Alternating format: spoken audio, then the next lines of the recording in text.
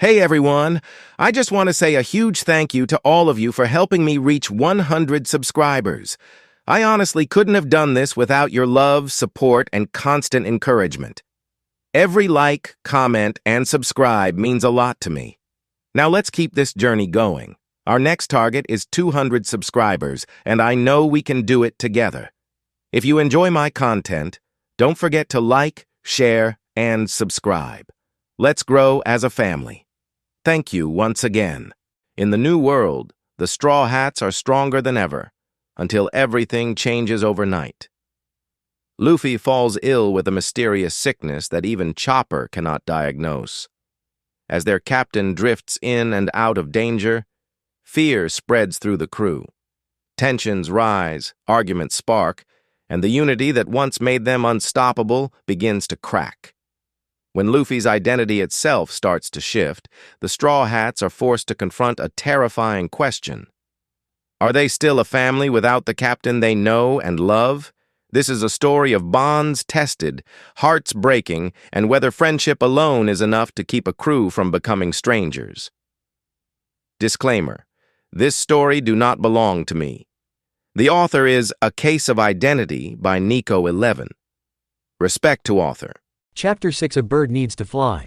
Loyalty, trust, and friendship are hard to come by. It's unconditional, it's heartfelt, and it's always being honest with those who matter the most. That night, Nami hardly found any sleep. The constant worry and sadness was taking its toll on her, not to mention their latest discover. Had the Marines really planned this all along? What Robin said could be true. There were some frighteningly cogitative tacticians. But to purposefully aim at their captain with something they couldn't directly fight, would they use such cruel maneuvers even though most of them knew Luffy wasn't some brutal serial killer? There were hundreds of pirates who were much worse than them, monsters who buried people alive and slaughtered civilians just for the fun of it.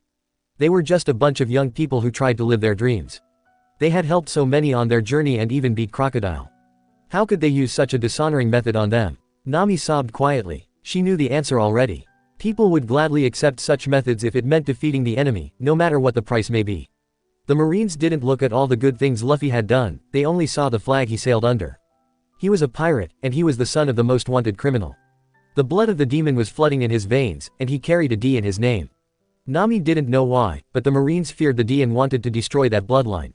It didn't make sense to Nami. If only they saw Luffy the way she did.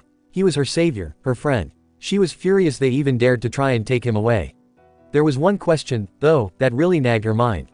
When did they infect Luffy with that virus? Or was it something else? Dr. Vegapunk surely had his hands in there. To waste such a genius to invent methods built for killing people, it was inhuman, Nami thought bitterly. They really wanted Luffy to suffer, and Nami had never hated anyone so much than those guys responsible for his pain. A tear made her way down her cheek and it was quickly rubbed away.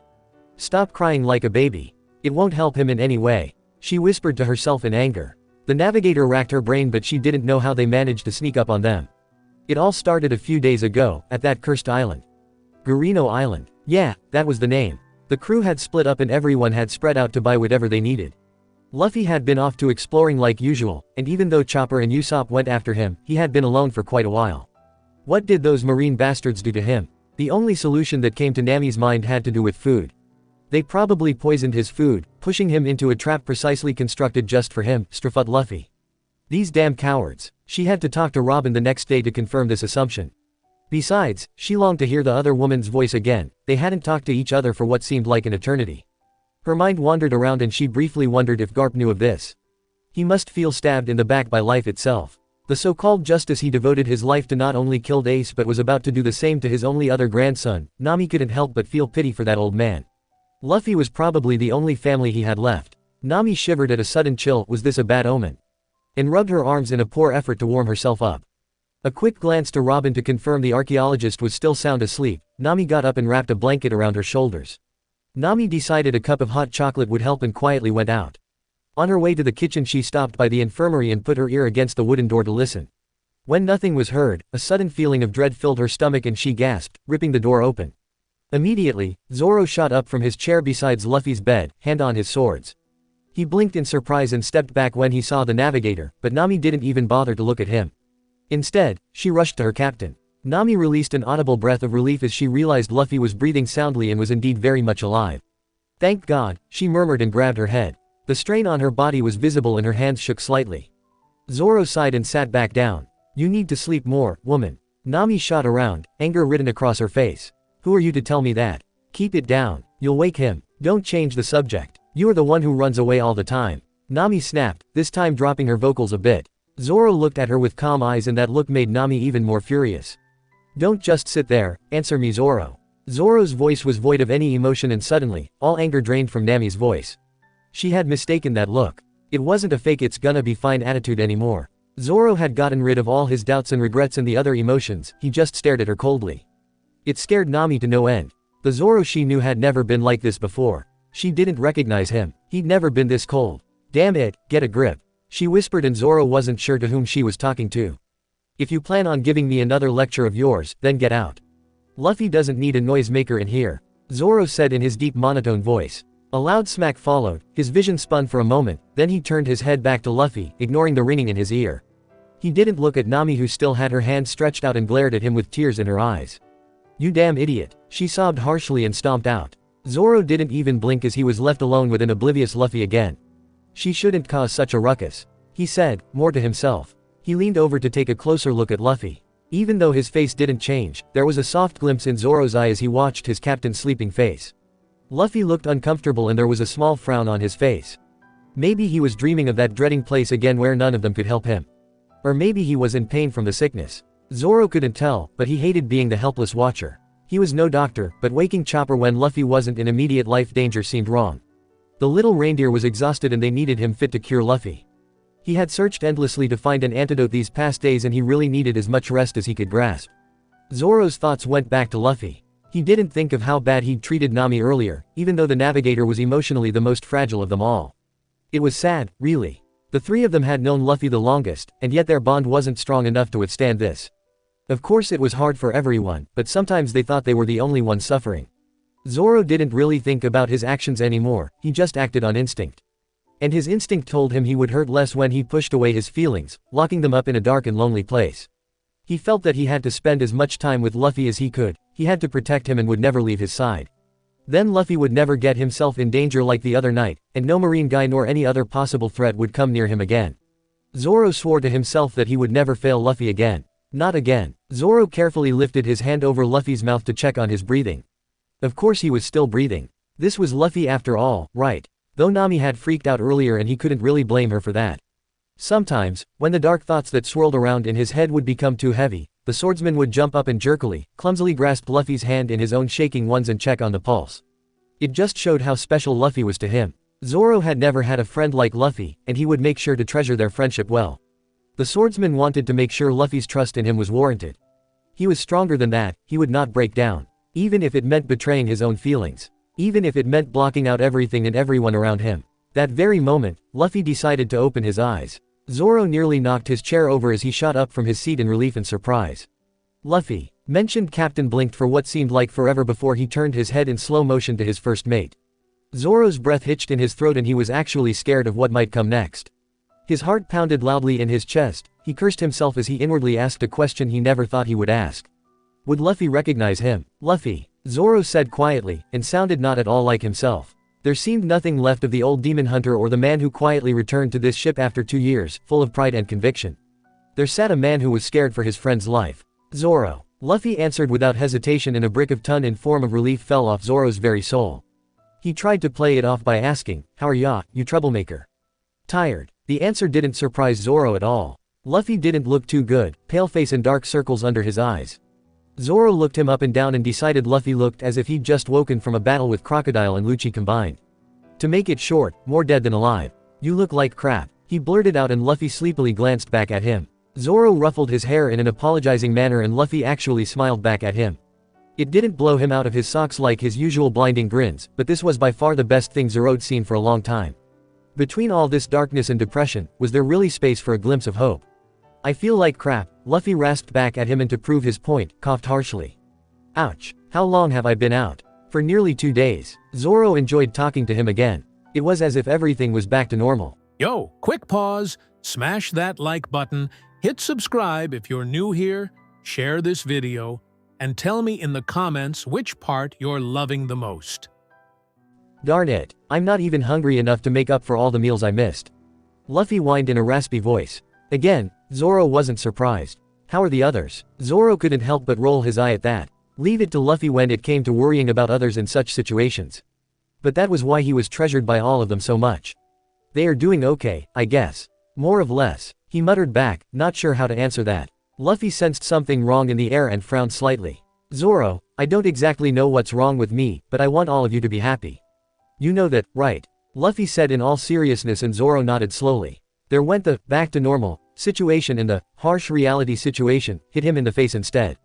Zoro frowned, not liking with how much finality Luffy spoke. Of course you do. We know that very well, but Captain, we're all waiting for you to come back to us. Damn it, had he really said that?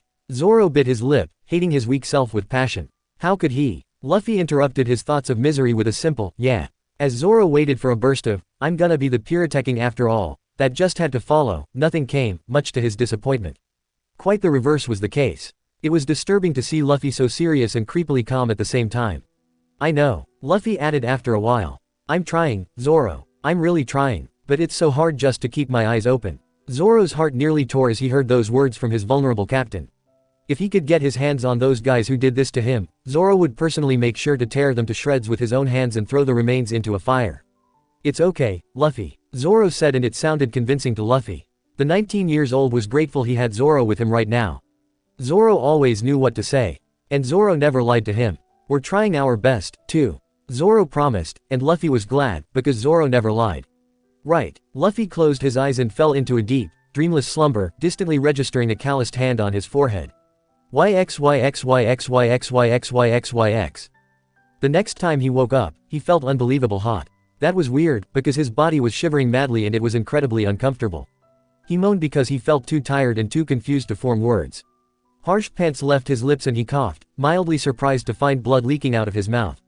Crap, he muttered. Luffy had been sure the worst part was over, but now the mystery sickness was coming back with full force. The pain in his stomach and lungs from before had become more intense and seemed to spread all over his body. Luffy closed his eyes tightly and more blood splattered down his chin, staining the white sheets in crimson red. A violent shudder went through his body and a small groan escaped his throat as he trashed in his bed. Why on earth was it so damn hot in here? The clearness of his mind had vanished and confusion was taking its place again. Luffy was so busy dealing with the sudden agony that he hadn't even registered the other person in the room. You awake, Luffy? Can you hear me? Usopp asked and he sounded slightly panicked. A dressed person turned to where the voice was coming from and tried to make out who was behind that blurry shadow. Usopp. He murmured back, breath coming in hitches. Why yeah, you got that right. Hold on, I'm gonna get Chopper. Usopp said and was about to dash out, but Luffy beat him to it. Wait, Usopp. The sniper nearly tripped over his own feet and turned back to his captain. Yeah. Luffy tried to sit up but soon gave up. Talking was exhausting enough. Don't go. It's okay now. Don't wake Chopper. Usopp's face softened and he calmed a bit. Worry was evident on his features as he sat back down next to his panting friend. You sure? You sound like you're about to hyperventilate. No, it's getting better. Truth be told, his gasping stopped after a minute and Usopp sighed in relief. Luffy closed his eyes, ready to fall asleep again, but an all too familiar sense of bile rising in his throat prevented him from doing so. He gasped as he shot up, ignoring his spinning head as he grabbed his twisting stomach. Usopp jumped up, alarmed. Oi, what's Oh, don't worry. Do you think you can make it to the bathroom? Luffy nodded quickly, hand pressed tightly against his mouth. That was all Usopp needed. He didn't waste any more time as he scooped Luffy into his arms like a little kid and raced out of the infirmary. The air outside was chilling but Luffy didn't feel it, he was sweating up a storm. It felt actually really nice to be out of that small room and feel the light breeze of the wind on his hot skin. Usopp ran to the next bathroom, mindful of a weak Luffy in his arms, and let him down before the toilet. It was not too late as Luffy emptied what little contents he had in his stomach. After a while he was dry heaving and Usopp bent down to gently rub his back, hoping to calm his friend's upset stomach. Luffy gasped and tried to catch his breath again. He thought he would feel better after puking, but instead he felt even worse. Another wave of nausea washed over him and he quickly bent over the toilet again. Usopp could only watch helplessly, not sure if he should go and get Chopper or not. On the other hand, he didn't want to leave Luffy alone in that state. That's why he decided to stay with his poor captain until the fit was over and he could guide him back to bed. Usopp, Luffy muttered breathlessly as Usopp lifted him in his arms again. The sniper replied, his glance focused straight ahead. I'm sorry, this caused Usopp to look down into Luffy's eyes, and the sight took him aback. He watched his sick friend's face closely as Luffy looked down in shame. Usopp's eyes widened and he nearly tripped over his own legs but managed not to lose his footing. For a moment he considered shouting at Luffy for saying stupid things, but he quickly decided against this. In his fevered state Luffy would only hear the anger in his voice, not the words. He'd probably get it wrong and things were already difficult enough. So instead he answered, "Sorry. Don't be silly, Luffy. There's nothing for you to apologize." Luffy didn't hear the answer anymore. He'd already fallen asleep in Usopp's arms. The sharpshooter bit his lip, bowing his head. A few hours later, somewhere between the depths of darkness and fog, Luffy's ears caught the sound of boots walking away. Even though he was hot and there was pain and his world was spinning, Luffy was curious. He fought for a while, swimming his way through pitch-black water towards the bright surface even though he didn't even know how to swim. He felt as there were some of Zoro's weights tied to his hands and feet since they were so heavy all of a sudden. As he broke through the water's surface, his senses returned to him and he blinked warily, trying to get used to the sudden brightness. The daylight made his head hurt even more. Luffy didn't know that the sun could hurt so much. What had happened? Right. Usopp had carried him earlier, and then he nothing. He must have fallen asleep and Usopp probably tucked him in. And before that, Luffy had only pieces of his memories, flashes of pictures and somewhere between all this mess there was rain and darkness and Zoro. Why did he look so out of character? Was that really him? What had he done to make Zoro look like that? Luffy bit his lip, feeling responsible for his friend's discomfort. He wanted to remember more, brows creasing in concentration but there was nothing but darkness and pain. A sharp pain in his head forced his thoughts to an abrupt stop and he groaned. Then he lay there, staring at the ceiling with half-opened eyes and sighed sadly. A deep sigh sounded from the back of his sore throat and Luffy turned his head away from the stinging sunlight. He felt ashamed of himself, embarrassed that his body was still so weak and couldn't even take on a stupid sickness. Was his crew disappointed of him? Luffy gulped, pearls of sweat rolling down his face. His hair felt wet and stuck to his forehead and Luffy had the sudden urge to kick off this thick blanket.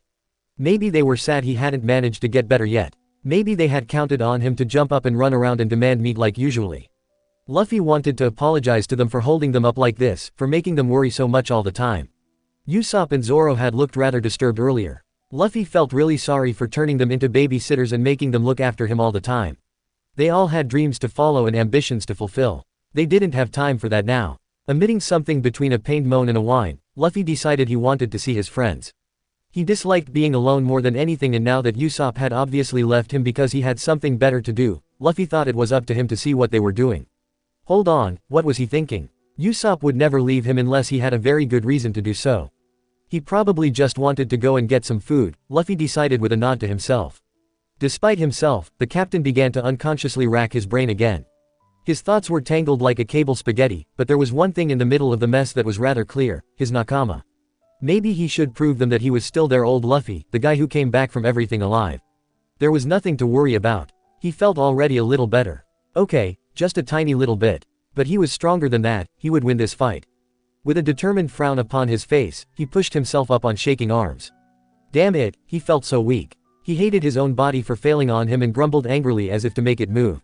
Luffy cheered for himself as he managed to sit up and swing his legs over the edge of the sheets. This was good. Now the rest would be easier. He just had to get his spinning vision under control. After he waited for a few seconds, the blurriness slowly faded. The enormous headache remained, but Luffy could deal with that. At least, he was able to see properly now. His feet made contact with the cold floor and he shivered slightly. Luffy wore black shorts and a red t-shirt but suddenly, he felt a little cold. Weird, because seconds before he had sweated up a storm. As if that was going to stop him now. He wanted to step forward, but as his legs buckled under his weight and he crashed to the floor with a ringing head and pain everywhere, he had to admit this was going to be harder than he thought. Meanwhile, they were all seated in the kitchen. Sanji was cooking breakfast but no one paid heed to him as they all watched in surprise when Usopp entered. Is Robin with him? Chopper asked immediately. Usopp denied and this caused some of them to gasp. You left him alone. Nami's enraged voice cut through the air like a knife. Didn't we all agree that it's best not to leave him out of our eyes? Yo, quick pause, smash that like button, hit subscribe if you're new here, share this video, and tell me in the comments which part you're loving the most. You know what happened last time? Zoro twitched a little but otherwise showed no emotion. Usopp cringed at those words, flinching backwards. I know, I'm sorry. But he's okay now. He's sleeping, Usopp answered. Anyways, I just wanted someone to switch place with me because I nearly fell asleep earlier. That wouldn't be keeping eyes on Luffy, would it? Frankie blinked at the cocky undertone in the sniper's voice but didn't comment on it. Guess you're right, Usopp bro. You have been with him for a few hours alright, it's time for a pause. Yeah, oh, and before, he was kind of hyperventilating and, Luffy threw up. I mean, we managed to reach the bathroom in time. But I thought it would be important to mention. It came fast and was over pretty soon, too. It really shocked me. Chopper's ears perked up at that. His breathing troubles got worse. No, he was breathing fine after the fit. Usopp answered, and suddenly there was a wet towel in his face. What the hell, Usopp? Sanji spat. There were flashes of a dead-looking Luffy before his inner eyes and he clenched his fists. Last night he had fed a small plate of soup to a nearly unresponsible Luffy and doubted his captain could even remember that. The cook couldn't bear the near-comatose state Luffy had been in and couldn't get those pictures out of his head. It was terrifying him. Nami's eyes widened and she raised from her seat. Calm down, Sanji-kun. No need to throw stuff. Frankie agreed. This only added more fuel to the fire in Sanji's eyes. Chopper dreaded what was about to come and backed down a little. Guys, but no one paid attention to him. He nearly fell overboard the night before and you have nothing better to do than to leave him alone. I'm glad we can count on you and the Marimo. Sanji barked angrily, stomping towards the door. Zoro cracked his eye open and sent daggers into the cook's direction for that comment. What the fuck? Leave me out of this, asshole. Zoro growled dangerously and Usopp wasn't happy about what Sanji said, either. Chopper sensed this was going to escalate but what could he do, really? Luffy, on the other hand, had a weird feeling in his stomach and he forced his tired, aching legs to move faster. Something was wrong, he just couldn't quite put a finger on it. The sun was already up and since no one was on deck, Luffy figured his crew would be in the kitchen. Funny, he didn't feel like eating at all even though he couldn't remember the last time he ate. It was exhausting to walk and Luffy was out of breath when he finally reached the kitchen door. Finally, he muttered under his breath. He'd never really noticed how big this ship was up until now. Wiping away the sweat from his brow, Luffy straightened his back and tried to look as casual as possible. Grinning, he stepped forward. He could hear faint voices. Opening the door, Luffy felt happy to see his crew again. Suddenly, his smile fell. What he saw made his eyes go wide. The Strafut boy would have been less surprised if Arlong had celebrated a party in the kitchen. It seemed more possible than this. He only saw everyone up and most of them at each other's throats. The tension in the air was high and to Luffy, really unfamiliar. This couldn't be. What was going on here? Hadn't Zoro told him? No, hadn't he promised him they were doing okay without him? Did Zoro take a promise that lightly? No way. Luffy trusted Zoro almost more than himself, he would always tell him the truth. But why were his friends fighting? Why on earth didn't you call Chopper, you moron? Shut up, Sanji. Usopp barked, not backing down to a furious cook. Who are you to tell me to shut up, huh? You are too unresponsive to watch him. Calm down. Chopper pleaded helplessly. Luffy gaped in shock, his mouth feeling really dry. Who are you guys? He asked. No one heard him. His eyes were shaded by his dark hair. Zoro grumbled a few insults but eventually, he sat back down with arms crossed over his chest, seemingly not listening to his shouting friends around him. It looked as if he was trying to block out all sort of noise. The volume was rising, Nami was crying into her hands, Sanji, Usopp and Frankie were screaming at each other. Zoro ignored them all, Chopper wept and clasped his hooves over his ears and Brook just stared ahead. Something inside of Luffy clicked as he saw this and he inhaled deeply, accidentally unleashing a little bit of his haki. Would you stop it? He shouted at the top of his lungs and startled everyone, effectually silencing them. They rubbed their arms, shuddering from the haki as goosebumps formed on their skin. And finally, they realized their captain standing in the doorway and utter dread filled their stomach. Even Zoro looked slightly alarmed. For a second, they all thought they were seeing things. Luffy? Nami asked, tears still rolling down her face. What are you doing out of bed? Chopper asked in shock. How long have you been here? Usopp frowned. Luffy. Luffy narrowed his eyes at them. Who are you? This shocked the crew even more. Didn't he recognize them? Was he hallucinating again? What are you saying? It's us. You're Nakama. Frankie tried, worry evident in his voice. Luffy glared at them. My friends wouldn't treat each other as enemies. So who the heck are you? This sentence alone was enough to cut them deeply. They were speechless. Realization set in. Staring at each other, Sanji and Usopp stumbled back, blanching as if they'd seen a ghost. Frankie awkwardly cleared his throat and Nami and Chopper rubbed away their tears. Zoro and Brook remained quiet but watched their captain. Zoro had to restrain himself from jumping up and knocking the idiot over the head for leaving his bed, but he sensed Luffy was furious enough to stop him and knock him against a wall. Even in a weakened state, Luffy was enormously strong. Besides that, Zoro would never stand in his captain's way, so he decided to watch for now, ready to move. The small outburst had cost Luffy a lot of energy, and he was panting hard. Still, everyone could see just how angry he was and they all looked away in regret, eyes casting down to the floor. Sanji started but didn't continue. He didn't know what to say. It was painfully obvious how much they had shocked their captain. Of course, Luffy was right. How could they fight in such a situation? How could they treat each other so horribly? But it was nearly impossible not to argue. Nobody was in a good mood and the tension got thicker and thicker. They just couldn't help it, pretending normality when there was so much left to lose was hard.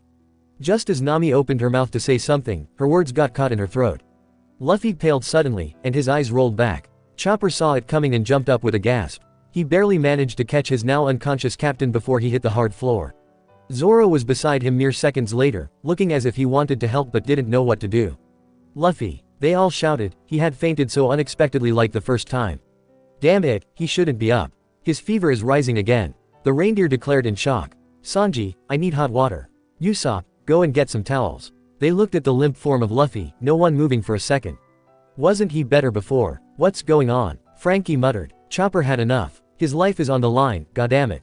This is not the time to stare, get yourself together. Hurry! He screamed furiously and managed to snap them out of their shock. Immediately, they jumped into action and got the things Chopper demanded while the reindeer ran back to the infirmary. Hold on, Luffy. He spoke softly, feeling Luffy's breath against his neck growing weaker. YXYXYXYXYXYXYX. They all felt awful and responsible for Luffy's worsened state. They had caused Luffy to freak out and use his last bit of energy to silence them. What kind of crew were they? They were waiting in front of the infirmary and even Robin had left the library and stood on deck. Worry was shining in her eyes and she didn't bother to hide it. No one said a word. Despair settled into their hearts like a parasite. Despite all, Luffy's small outburst hadn't been enough to repair their crumbling bonds. None of them had the heart to apologize to each other. Usopp buried his head in his arms as one thought shot through his head like a flash to punish him. We're horrible. Chopper was still working on Luffy and fought hard to get him stable again, but his heart rate was irregular. This worried Chopper the most. It looked really, really bad, and it had all been so sudden. Everything had been looking better, and suddenly, it all went down the hill again. He knew Luffy was really trying his best to overcome this, but whatever the Marines managed to infect him with was stronger than they all thought. It was not over yet. The truth was horrible and unforgiving and too loud for Chopper to bear, but he had to face it. Luffy was slipping away under his hooves. With a loud gasp he realized Luffy's heart had stopped again. While in utmost concentration, he didn't even notice the wetness leaking from his eyes as he fought for his captain's life. Don't die on me, Luffy. Chopper hissed through clenched teeth. He didn't hear the sounds of a fight from outside, and he ignored the violent rocking of the Sunny. Cannonballs flew through the air, barely missing its aim. But Chopper knew he couldn't afford to get distracted no matter what. Luffy's life was in his hands, and only he could save him. He had to trust his friends to protect the ship. Even though they had been ready to fight for real earlier, they were somehow, more or less, back to their old teamwork. Usopp and Nami guided each other's back like usual, but bumped into each other occasionally, which never happened before. Zoro never looked at the others, nor did Sanji or Brook. Frankie never shouted a super. They had all seen the wide eyes of their captain earlier, and they knew Luffy was shocked to see them like this, to see them breaking apart because of him. It tore them up, but instead of waking them from their cold and self-pitying demeanor, it only fed on their misery. The friendly atmosphere, the laughter and smiles, everything had vanished. They were angry and helpless and needed an outlet. Either they directed the frustration against each other or against the Marines and bounty hunters. Just like now, they beat the bounty hunters into a pulp and literally threw them off their ship. Maybe it wasn't so bad they came around to relieve some of the tension, but in the end, it didn't help their situation at all. They knew this was just the beginning, and it was probably part of the Marines' tactic that many bounty hunter or other pirates would go after Luffy's head now that he was weakened and near death. It was smart of the Marines to try and turn them against each other, and so far they were pretty successful. They had analyzed their crew and found out how to turn their strongest weapon against them, their friendship. Had they finally found a way to beat the infamous Strafut crew after all? Chapter 7 Looking at the Stars. Courage doesn't always roar. Sometimes courage is the quiet voice at the end of the day saying, I will try again tomorrow. Mary Ann Radmacher. Chopper didn't look up as the door was opened and shut again. Robin stepped in and quietly asked about Luffy's condition. After a night that had felt like an eternity, Chopper had managed to save their captain's life twice. It was a miracle itself, but what was even more surprising was the fact that Luffy seemed much more better right now. It confused the reindeer doctor to no end. Luffy's body seemed stronger each time he nearly died, but then, Chopper knew this was just the calm before the storm. Luffy was going to die, that Chopper knew. He just didn't want to acknowledge it. The young doctor looked up and Robin's frown deepened. Chopper looked nearly as sick as Luffy, but that was understandable after such a stressful night. He shook with exhaustion, both psychically and physically, but he wouldn't take his eyes off Luffy. He was scared something might be happening if he looked away. He's okay for now. His heart rate is back to normal again. He's just asleep. Chopper muttered and Robin gently touched his head in a rare moment of affection. She knew how hard this had to be for him. I'm going to watch him. You should lay down a few hours, she said in her motherly tone, and Chopper reluctantly agreed. She was right. He couldn't be of any help if he dropped to the ground in exhaustion all of a sudden. Yeah, he replied and exited the infirmary with one last worried glance to Luffy.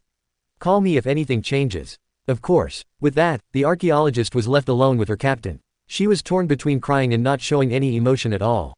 You could say she was in between Nami and Zoro. All of this was useless, crying and shouting at how unfair it was wouldn't help them anything. Robin knew of the cruelty of this world. She leaned back and watched Luffy's pale face. How close they had come to losing him last night. She shuddered thinking about it. The black-haired woman could hardly describe her immense relief that he seemed stable now. She touched Luffy's hot forehead and combed back his black hair and smiled a bit. You will be getting better soon, won't you? It's always been like this. Luffy, she said gently, but there was a bitter edge to her voice.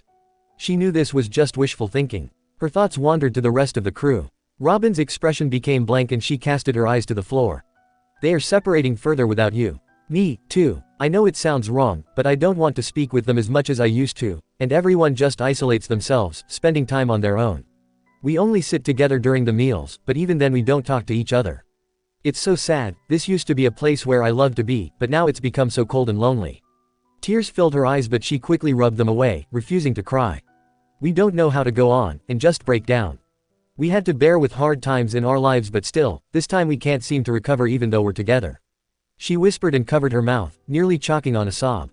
You have to return to us, or else. Suddenly, Luffy hugged Robin tightly and she nearly flinched back in shock. Luffy, I already told Zoro that I'm trying and I really do fight. But it seems that whatever I say doesn't really reach you and whatever you tell me is not always right. It's confusing me, Robin. You guys are confusing me the way you suddenly act so strange around me. I don't understand why you would lie to me. Robin was, probably for the first time in her life, entirely speechless. She reluctantly returned the embrace with shaking hands, not used to body contact like this but accepting it. It's always like this. I just sleep when you really need me and when I wake up I'm met by sad faces. I'm not dumb and I know things are going down the hill since I've suddenly become so sick. But what's really making me sick is how you guys lose every bit ambition. Luffy said, and his voice sounded strained but his hug was strong. It made Robin believe the old Luffy had returned, but this thought was quickly dismissed. She wanted to reply, but the words stuck in her throat when wetness touched her cheek and she realized Luffy was crying. I'm so sorry guys. I'm sorry I'm changing you into this. I'm sorry I'm failing you. I really wanted to be stronger for you, but I can't hold up again. Robin grasped tighter onto her captain upon hearing that. Flashbacks of Sabayati Archipelago came to her mind and she forced herself not to cry, too. Of course Luffy was blaming himself again. It's not your fault. We are failing you, not the other way around. Luffy was silent. Luffy. He sighed deeply, releasing her and falling back into bed again. He rubbed his tears away and grumbled, this sucks. Robin had to chuckle at that. Yes, it does. I would like to talk to, Luffy began but was cut off as the ship suddenly reeled to the side, nearly knocking him out of bed if it weren't for Robin to catch him. What's this? He groaned, grabbing his aching head. Robin quickly got up, eyes narrowing. We're being attacked again. Again. Luffy blinked tiredly. Yes, lately the Marines seem to have a sudden interest in us. More than usually, that is. They are probably the reason why you got sick in the first place, but we still have to gather more information. Robin informed him. Luffy, I'm sorry, but I have to take a look outside to help the others. Though, I'll keep an eye on you. Literally. A familiar blue eye appeared at the wall beside Luffy's bed. Luffy didn't pay attention to it as he watched his archaeologist shutting the door. He sighed. Again, he couldn't talk to his friend like he wanted to. They were leaving him alone where he was forced to rest. He would love to get out and kick some Marine ass, too, but he felt too tired to even lift a finger, let alone get up. His body hurt all over, his vision was blurry and his head was spinning. What could he do in this condition? Even though knew that his crew didn't need his help and it was not that he was of any help right now, it felt wrong to listen to his friends defending the ship without him being part of the fight. He as the captain should help guarding Sunny, shouldn't he? Luffy released a pained groan, hating this whole mess with passion. Stupid sickness, stupid Marines, stupid body. Get better soon, you hear me? Damn it, he muttered and pouted. The others would not need his help. Luffy nodded to himself, arms crossing over his chest. Yes, they were stronger than all of the stupid Marines. He sighed again, and soon his eyes fell close and he was out like a light. The whole thing exhausted him to no end. Robin's ocean blue eye blinked down at her captain, scanning him for any signs of possible pain. Much to her relief, she couldn't find anything wrong, but kept on watching. She knew of the dangers of leaving Luffy in such a state on his own and she wouldn't take any chances. YXYXYXXYXYX. Robin didn't return. Luffy thought maybe he had been wrong to show Robin his weakest side, but he couldn't help it. Now he regretted it and wished he could have a few words with her again, but she didn't come. What Luffy couldn't know was that the archaeologist had been the one to keep watch the night before and needed some rest after the Marines' attack. He just knew that Robin didn't return. Sanji entered not too soon after that. Luffy was awake again, his hurting chest preventing him from getting any more sleep. He had a vague idea of what had happened last night, but he wanted answers to clear things up. Of course the cook stiffened at Luffy's blunt interrogation but told him everything he wanted to know. Luffy nodded without saying anything, and Sanji was disappointed he wasn't able to read the captain's face at all. It was impossible to tell what Luffy was thinking at this moment. "Luffy, we're all incredibly glad you survived last night. It gave us the biggest scare of our lives, I swear." Sanji muttered and glared at Luffy as if it was his fault. Nami-san's really worn out and she together with Usopp, Frankie and Brook nearly fainted in relief upon hearing you're better. "Even though we know it's only temporarily," Sanji added. Luffy didn't know what to reply to that, chewing on his lip in deep thought. Sanji watched him with a mix of slight anger and exhaustion. Luffy looked up, and upon seeing how pale he was, Sanji's frown deepened. Luffy growled, "I know, Sanji, I know that I'll die. I'm not that stupid and I realize how fucking weak my body is." Sanji was a bit taken aback by Luffy's unusual choice of words. The cook hadn't expected such a harsh answer. For the first time since Luffy fell ill, Sanji could clearly hear the immense frustration swinging in Luffy's voice. He supposed it had to be twice as hard for Luffy as it was for them. "Stop this crap, you won't die like that," Sanji lamely replied after a few minutes. Luffy chose to say nothing and the blonde-haired man knew he wasn't a great help right now, but what could he say? A sigh escaped Luffy's mouth and he wiped some sweat from his forehead. He hated how quick his body changed the temperature, from too hot to freezing in mere seconds. He also hated how his friends looked at him as if he were already dead. Heck, he could hear Nami crying every night. Not being able to help bore a deep hole into his heart. To Luffy, it seemed as if they had forgotten about all their great adventures, so hollow and blanched did they appear. The next sentence he spoke broke from his mouth before he could stop it. Later on, Luffy would not be able to explain why he'd say something like this. He didn't know what came over him. "I hope you can smile when you carry me to the grave," Luffy said bitterly, but somehow, he really meant it. That comment caused something in Sanji's mind to break. He couldn't think straight as unforgiving anger exploded inside him and the only thing on his mind was Nananano. He turned around with crazed eyes and slapped Luffy across the face. Hard. The hit sent Luffy sprawled to the ground like a rag doll where he lay, unmoving. Whether it had been from the shock that Sanji, one of his own nakama, had hit him like this with his hand, or the pain in his head just exploded, Luffy couldn't decide. Probably both of it. His world was black for a moment. He coughed, his sight returning to him, and he slowly turned his head to the other man, staring. The cook was huffing as if the motion just now had been a great exertion. In a way, it was. The whole week had been a great exertion, with too many fights to count with both the crew and foreign ships and hardly any sleep at all. Constant worry, never-ending fear and weakness that shone from deep within all of them. It tore them apart, one after another, but the worst thing was that Sanji just realized the captain of this ship was giving up on himself. No, on all of them. He'd admitted defeat without thinking about how his friends, his family, damn it, felt about that. How could he? How dare you, he muttered, and Luffy had to strain his ears to catch it. How dare you, Luffy? Sanji repeated, and Luffy's eyes bore into him. He didn't answer. He knew what he just said was terrible, but he couldn't help it. The others were also gloomy and silent. It really scared Luffy. If they had no hope for him, how was he supposed to fight through all this pain and misery? His friends were here, but they weren't by his side, where he needed them. Couldn't they see how much they hurt him? The problem was that Luffy just didn't have the strength to tell them this. They were too blind to realize, and he was too broken to talk. How could things work out if the situation continued like this? "You were so strong," Sanji said, and Luffy noticed how the cook's hands shook. Luffy's eyes widened and he blanched visibly. What? That comment had struck a nerve deep within Luffy, and he suddenly saw the other side of the situation. He was causing this. Maybe it wasn't their fault, because when the crew didn't support their captain, then there had to be something wrong with him. If the captain was weak, then it would immediately reflect on the rest of the crew. In Luffy's head it was beginning to ring loudly, and Sanji's wary voice faded. Blood was rushing in his ears, and the Strafut boy felt a wave of nausea swap over him. He dry heaved, head bowing as he held his clenching stomach. "You were so strong." Yes, Luffy thought, I used to be strong. But only with my nakama. I'm nothing alone. A captain without his crew is nothing. Somehow, everything would tumble down like this. All of this. It was so wrong. He shouldn't be having this conversation with Sanji. He shouldn't be kneeling, gasping and heaving on the floor. He shouldn't be broken like this. This was not how it was supposed to continue after 2 years of misery and stepping over the limit and missing each other. They should be beating the crap out of Doflamingo or Blackbeard or some other crap guy, and sail on the seas together, in happiness. They had been separated for this long, only for Luffy to find that they were rapidly drifting apart now. Because of him. Because he wasn't strong enough. Was this really the end? What about all the sacrifices they'd made? What about their dreams? Luffy couldn't find the answer. What were all those nights for? Those nights of sadness and biting his lip until it hurt so that he could forget about Ace for a moment to force himself going. Those minutes and hours he spent thinking about winning and losing and gaining and his friends he had to keep safe because from now on, losing meant death. It made Luffy want to scream and cry and claw at Sanji and himself and the others for being such goddamned fools, but he just didn't have the power to do so. Everything he had fought for crumbled into a heap of black failure.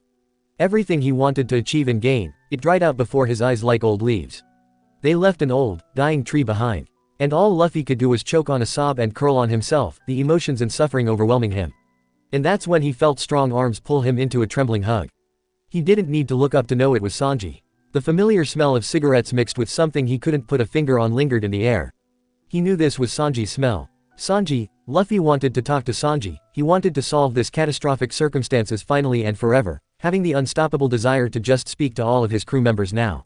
He wanted to get rid of all the immense sadness he knew everybody was feeling, because Luffy just couldn't stand it anymore. But the moment he opened his mouth there was a thick knot in his throat and he panted loudly. His chest hurt. Sanji on the other hand didn't even register this. He shook like a leaf in the wind, pale chin resting on his captain's head as he held him like a little child, rocking back and forth. It was a disturbing sight. The cook was disgusted with himself at this very moment. He hated himself more than he could ever hate anyone else, because who would hurt his captain like this? It was cowardly and had stung something deep inside Luffy. Sanji had realized the moment Luffy's hollow eyes bore into his soul. I hit him even though Chopper said he could die any minute, even though his heart stopped twice last night. I must be insane. What kind of nakama am I? Sanji stuttered and it sounded close to panic as he took in what had just happened. Luffy, I'm sorry. But Luffy couldn't hear him. His ears were too numb to take in any kind of noise, and his eyelids were too heavy to hold them open any longer. Luffy felt like spinning in a circle, faster and faster until everything was a blur and the immense heat turned into coldness that grasped at his very being, and he opened his mouth to a silent scream that seemed to plead. Just stop. And Luffy was surrounded by nothingness. Sanji gasped, eyes widening. Luffy. He stared at his captain for a couple of seconds to make sure he was only unconscious before he released a frustrated growl. I'm sorry, damn it, Sanji cursed and drove a shaky hand through his unusually messy hair. What the fuck is wrong with me? He needed a smoke, and he wanted it now. Darn, this was all too fucking much for him. He couldn't bear with this fucked up situation any longer. Luffy was so frail and Sanji was shocked he had lost so much weight. Shit, he thought with widened eyes, when has he last eaten? He could feel Luffy's rib case through the t-shirt as he lifted him up. Sanji gently lay Luffy back into bed, watching his sleeping face. Thank God he didn't look like he was in pain. Much to the chief's dislike, though, there was already the beginning of a bruise forming on Luffy's left cheek. Fuck. He cursed under his breath. Had he hit him that hard? He deserved to get beaten to a bloody pulp for what he did to his captain. Am I already turning crazy? Hey, Zoro's gonna slice me up for doing that to Luffy. Maybe he deserved that. Hell, for all Sanji knew the hit could have triggered another heart attack or even worse. Sanji inhaled deeply and took a seat beside Luffy's bed. The way Luffy had fallen asleep that quickly only showed him how weak he still was. Or maybe how exhausting it was for Luffy's body to take a hit to the face after nearly dying twice last night. It left a huge hole in his soul and he briefly wondered about what might come the next day. If the night would continue like yesterday. Sanji quickly tossed the thought aside. He didn't want to even think about it. YXYXYXYX. When Luffy awoke he was caught up in a world of depression. He was aware of his condition and he also had a sudden deja vu of being left by another nakama. Hadn't Sanji been here before? Luffy wanted to talk to him for what happened earlier, he wanted to talk about his fears and feelings, longed to hear about their thoughts and what they have to make through. That was the only way of dealing with the situation, but they just wouldn't listen to him and leave him too soon to understand. Luffy didn't know what drove Robin, Sanji and Usopp away from him earlier, but were they already that far apart? Didn't they care enough anymore? Or maybe he was just seeing things because of his huge headache. Luffy wasn't sure. He couldn't be sure of anything, he couldn't even believe in promises Zoro made anymore. Luffy was really disappointed. Never would he have thought Zoro, the most loyal of them all, would not keep a promise and lie to his face like that. How could he? Luffy was frustrated. Zoro knew he valued promises a lot, so why did he lie? Why did he have to stab him in the back like that? Did Zoro think so little of him? There were no answers, because Zoro wasn't there with him. Luffy would never forget the shocked face Zoro made when he appeared in the doorway of the kitchen. It was an expression he'd never seen on the first mate's face before. It was a look that didn't suit Zoro. Luffy turned around, face blank as he pushed the thoughts about Zoro's betrayal, because that's what it felt like to Luffy, away. Luffy felt as if he wasn't living anymore. He was fading away, slowly, painfully. Yes, it was painful. He didn't have a choice in this. His own weakness forced him to stop living. Just like that, Luffy had always thought he'd die in a fight, but never did it cross his mind to become so ill it was life-threatening. What would his brothers say if they knew of this? He'd always wanted to achieve something. Dying on that long way to his dream was okay, but dying like this was just shameful. This way, he wouldn't live long enough to make a change, and that thought alone was unbearable. He ached to be free. Free of this damn blanket that was too hot and too heavy. Luffy didn't want to see the same boring ceiling above him day by day. He hated the plain walls to his left and right, and even if he tried really hard, he could hardly see anything through that small window. Luffy despised it. This room, this small, tight, boring room. He wanted to go outside and feel the fresh, cool air. It was way too hot in there. Looking around, he saw Brook sitting beside his bed for the first time. The funny thing was that Luffy couldn't even tell whether the skeleton was awake or not. "Brook." Luffy croaked, and he blinked at how raspy and quiet his own voice was. Plus, it echoed really strangely in his head. The skeleton startled and looked in surprise, obviously not prepared of Luffy's sudden wake. "Luffy-san," he replied, equally quiet. How do you feel?" Luffy considered this for a moment before he decided, with a nod of his own, "Okay, I guess. I've been worse." Brook didn't seem satisfied with that answer, but he didn't press the matter any further. Silence hung between them, and Luffy cocked his head to the side. His musician lacked the usual cheerfulness, and it was bothering the Strafoot boy. For Brook, this was hard. After spending 50 lonely years in that fog, he'd finally found happiness again, but it was brutally shattered a few days ago. He didn't want it to end the same way his old captain had died. It just couldn't. Luffy-san couldn't leave him alone like this. Brook wouldn't bear it. There was no way he'd be able to fulfill his promise to Laboom if he. "Brook." A weak voice broke through his clouded mind, and Brook slowly turned his head to his captain. It creeped Luffy out. Since when did the skeleton not joke or laugh? It was totally out of character for him. Right now, Luffy's mind hadn't caught up with the situation yet, and it didn't quite understand Brook was depressed because of his condition. Thinking was just so hard. One moment, he woke up and knew how sick he was and how much it pained his crew. The next, Luffy had forgotten about it and wondered what was going on and why the heck he was so tired. "Brook," he repeated. "Yes, Luffy-san," came a short reply, and Luffy frowned tiredly. Something had to be done about this. A huge headache came up, and Luffy's hand reached up to touch his forehead. That's right, he thought, I'm sick. Of course his friends would be down. Luffy doubted he'd be able to deal with such a situation any better. But still, it was hard for Luffy to watch, and he bit his lip. "Brook, don't let one person lead your whole life, okay?" Luffy said, and smiled encouragingly at his crewmate. "I had the experience with Ace, he was kinda my role model. And I nearly broke because of his death if it hadn't been for you guys." Even though Luffy didn't have a clue about special things like weather or history, he knew exactly what to say to hit the nail dead on. He was always blunt and never hid his thoughts. Maybe it was just out of instinct, but Luffy could read people's feelings like an open book, especially those of his friends. There was no hidden emotion, no lie behind a smile he didn't see. Unintentionally, this had been a clear shot to Brook's heart, metaphorically speaking. Brook bowed his head. Somehow, this statement made him angry and sad at the same time, but he couldn't tell why. It was just that this whole situation was slowly tearing him apart. Brook had experienced pain of the worst kind and had suffered enough for 10 lives. This would be like a death blow to his soul. Hearing Luffy say he shouldn't depend on him so much, Luffy practically telling him to throw their friendship away, it really hurt Brook more than he wanted to let on. It felt like Luffy'd said, "Leave me behind and move on," as if he hadn't existed. It was impossible, for Brook and for the rest of the crew. Despite his anger growing, Brook swallowed it and agreed politely but without any sort of emotion. Luffy didn't seem to realize this as his eyes slowly closed again. Brook's thoughts wandered back to Yoki and his former crew, and his eye holes filled with water when he remembered the lonely ship sailing away with his dying captain. It had been the saddest day in his long life. Brook gulped down a sob as not to disturb Luffy and wiped his eye holes. Just when the musician heaved a tired sigh and wanted to settle back, he suddenly saw movement from his right side. He quickly turned to his captain's bed, only to see Luffy wasn't there anymore.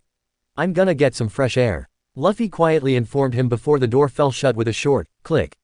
Brook sat there and stared at the door in bewilderment. It took him a second to react, and then he jumped up as if a snake had bitten him. Luffy-san, come back," he shouted and ripped the door open, looking around frantically. He thought his captain had fallen asleep again. How had he managed to sneak out so fast? "Luffy-san." All of a sudden, Brook spotted a slim figure at the railing, and a pang of relief ran through him. It was overwashed by cold fear as he realized the danger Luffy was in, and he wasted no time to react. "Luffy-san, please stay away from the railing," he called out. It was in vain. Brook's plea didn't reach Luffy as he stared up into the sky, his hands tightly gripping the railing for balance. Finally he was out of that stupid muggy room. Above him, thousands of lights glowed visibly, and he smiled. Looking at the stars made him feel so small and unimportant. Luffy couldn't help but wonder if he would still be able to see them when he was dead. He hoped so. The stars were the only thing about nature that really interested him, and he even managed to remember some of the complicated stuff Robin told him about. Okay, just a little bit, but for Luffy it was a lot. Brook raced down the stairs. I love stars, Luffy said to himself as if there was no one else on deck. At this moment, his mind was at peace. Luffy didn't know he had a high fever and was delirious again. He didn't think about his friends, couldn't hear the desperation in Brook's voice as he called out to him. He didn't think about his dream, nor about Shanks or his dear brothers. Right now, there was only himself and the stars. There was also the wide, unreachable night sky, but he didn't pay attention to it. He only looked at the stars, because they were millions of little suns that were too far away for Luffy to see their rays or feel the heat of them. Luffy wondered if each of those suns had their own little planets rotating around them, just like their sun had 8 little planets around it. Just like he had his 8 nakama surrounding him. Luffy shook his head. Thinking of his friends only made him sad. He couldn't quite remember why, because why on earth would he ever feel miserable when thinking about his crew?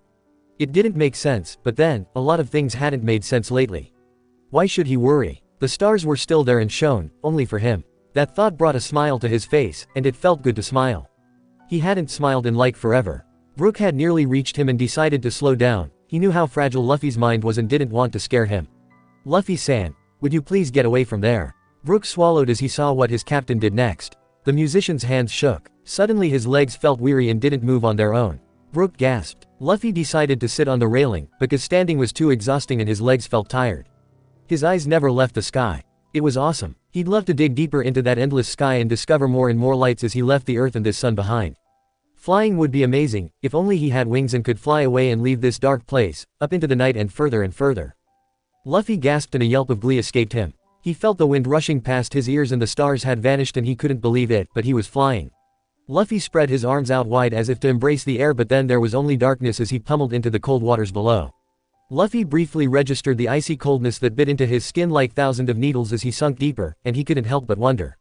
Had he reached the place behind the stars? Was this what the endless dark sky looked like? Brook grabbed the railing so hard his knuckles cracked. Luffy. He was frozen in shock. He'd just watched his captain fall without doing anything. Oh my god. Somebody. Help. Disclaimer: this story do not belong to me. The author is A Case of Identity by Nako 11 inches.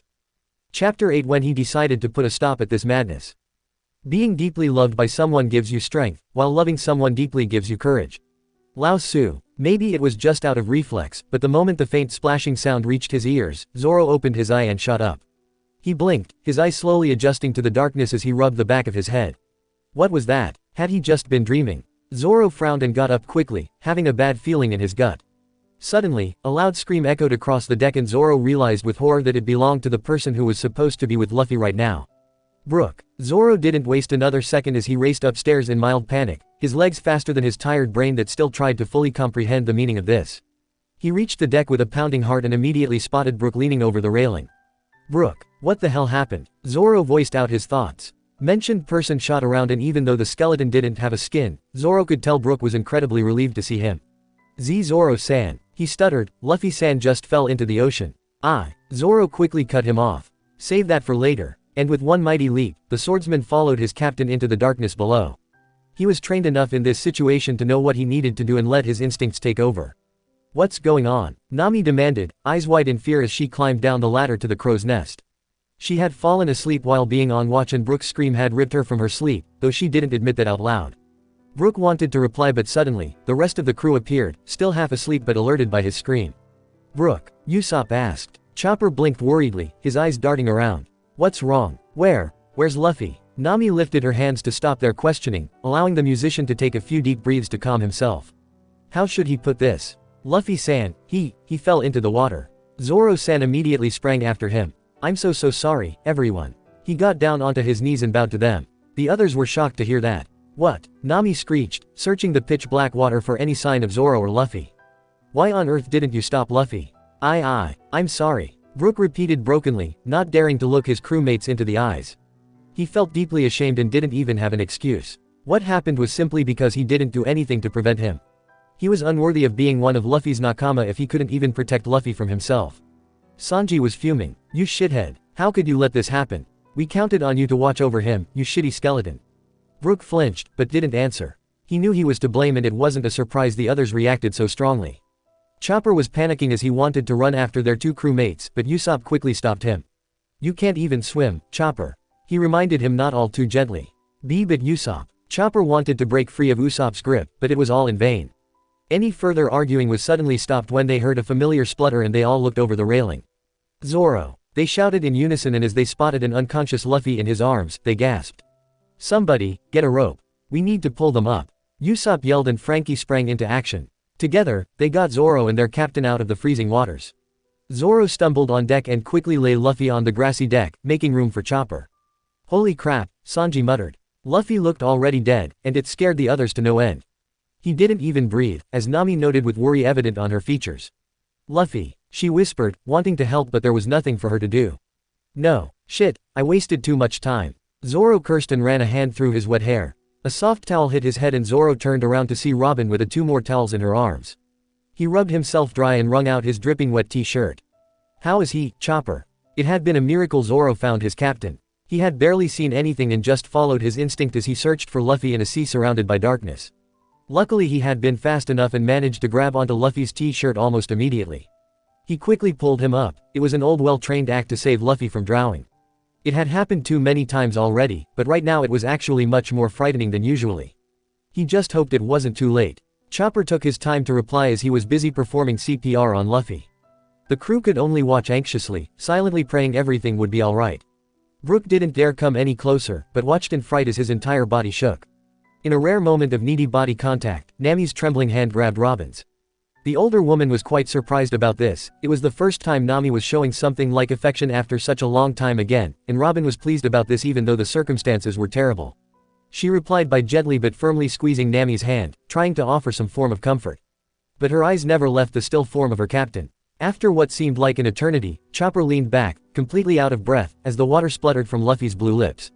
He coughed weakly, desperately trying to get rid of the water and getting oxygen into his burning lungs at the same time. The crew who stood in a circle around Luffy save for Brook, all released a deep breath they didn't realize they were holding. Nami's legs felt weak and she sank to the ground, tightly gripping the grass. Thank God, she murmured tiredly, trying hard not to cry in relief. Chopper wiped his face, mixing sweat with tears. He didn't know what to say at the moment, he was just too happy Luffy was still alive. He had been close to give up because Luffy's heart had stopped again, but he would never let his captain down if there was even the slightest chance of him being alive.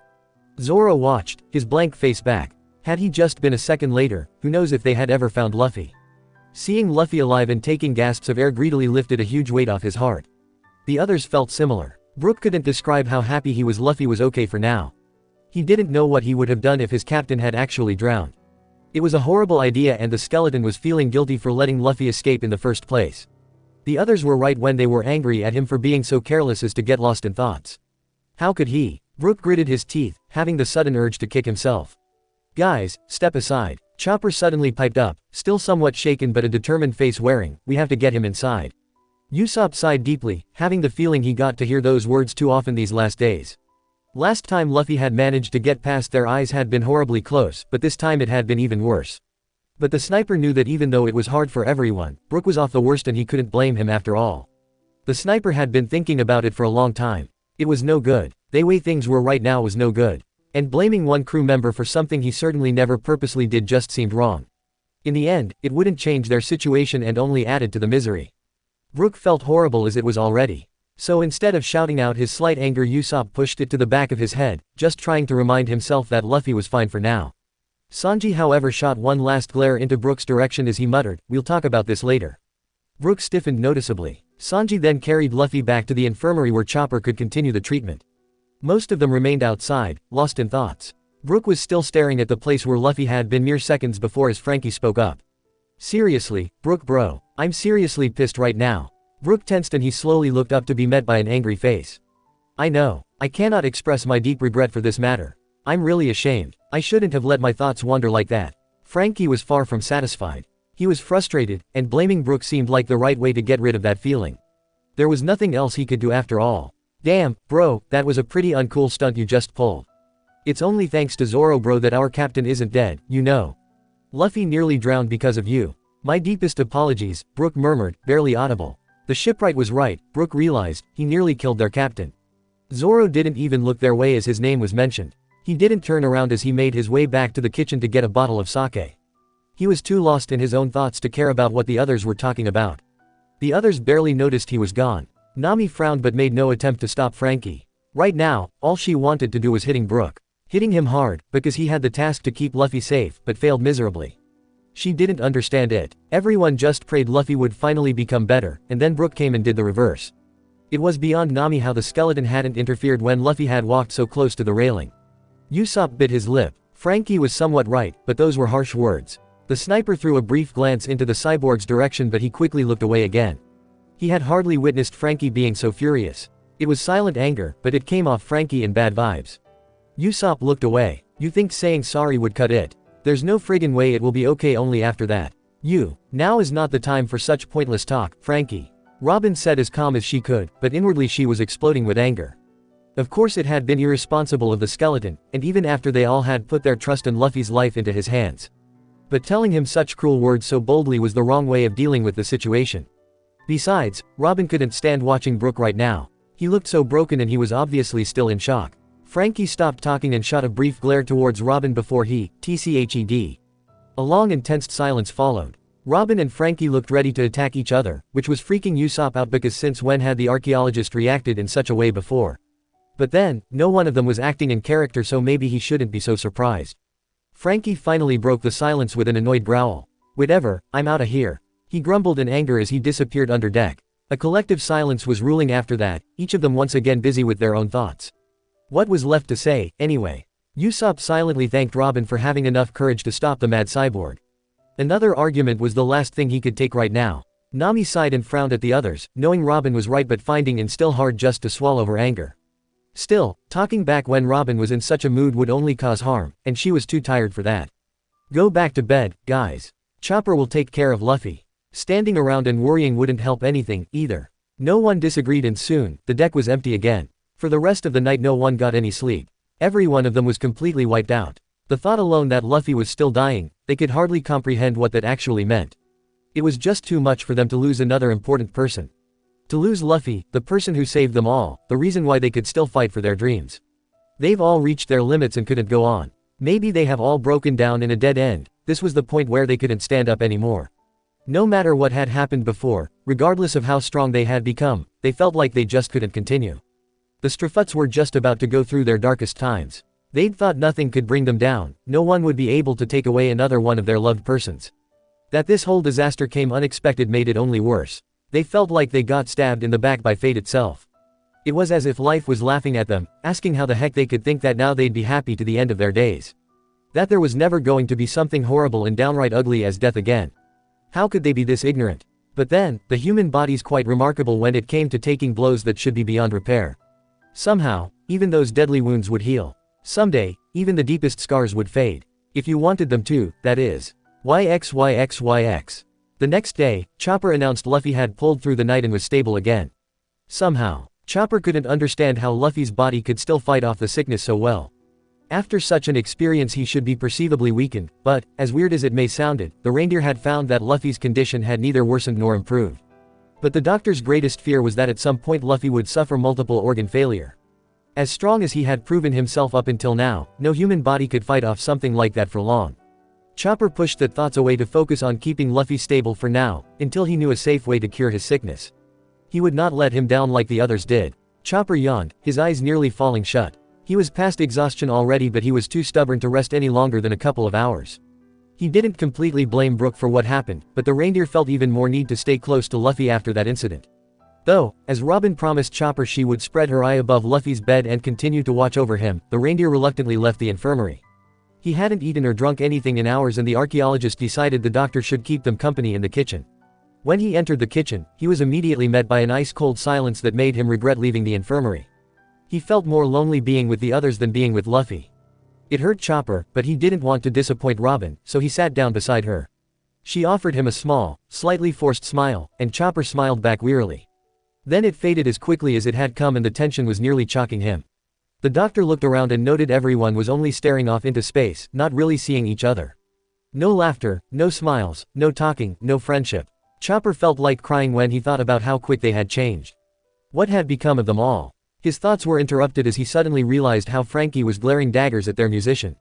Chopper shuddered. Hopefully he would not. Brook, what the hell were you doing? Frankie spat all of a sudden, and Chopper instinctively shrunk a few inches. Another fight. He could feel how Robin tensed. Brooke looked up with a blank face as if he had already waited for that outburst. He didn't reply for a while but finally answered quietly. Everyone, I just want to apologize one more time. I know that it's my fault, and I am prepared for any punishment. I don't know what came over me, but I should have stopped Luffy-san. He wasn't in his right mind. Sanji snorted, but there was no hint of humor in his voice. Damn straight he wasn't. That's why you had to watch over him. Frankie however continued without considering what Brooke had said. How can we ever trust you again with something so important, huh? Do you even realize what could have happened if it weren't for Zoro? He knew he was repeating himself, but he was so enraged he didn't care. Frankie, Robin tried, but she was roughly cut off. Brooke, I think it'd be for the best if you left the kitchen for now. Nami said. Her voice sounded strangely monotone. Chopper couldn't believe what his ears had just picked up. His eyes widened. Nami, why you cannot throw him out like that? He blurted out without thinking. Nami coldly ignored him and stared at Brooke as if she urged him to leave. The musician only nodded numbly. However, Robin didn't want to let this go and quickly grabbed the skeleton's shoulder as he was about to get up. She pressed down gently. Don't leave, Brooke. We're Nakama and we don't chase each other away like that. That's what Luffy taught us, right? The skeleton looked at Robin in a grateful, but tired way and slowly sat back down. He seemed torn between leaving and staying. He was unsure how to act around them. No, I agree with Nami-san on this part. I mean, who in this room isn't pissed at him? Sanji said without facing them. He was busy preparing a meal but had overheard their conversation. But Sanji, Chopper, don't get on my nerves right now. This isn't to offend Brooke in any way, but it's for the best for now. Sanji barked and Brooke was about to stand up again. Maybe it would make the others feel better indeed if he weren't around. Robin's face showed cold determination, and she stood up and slammed her hands onto the table to get the others' attention. It worked just fine and she stared at them with a hard glare. They were all silent. Never had Robin reacted in such a way. Even Brooke froze in shock. Everyone, this has to stop. You treat each other like strangers. We are a team, and not enemies. Brooke has already apologized many times, and I think he takes this all the worst. Luffy wanted to give Brooke a place where he was comfortable. And while we're at it, think about how you treat our captain.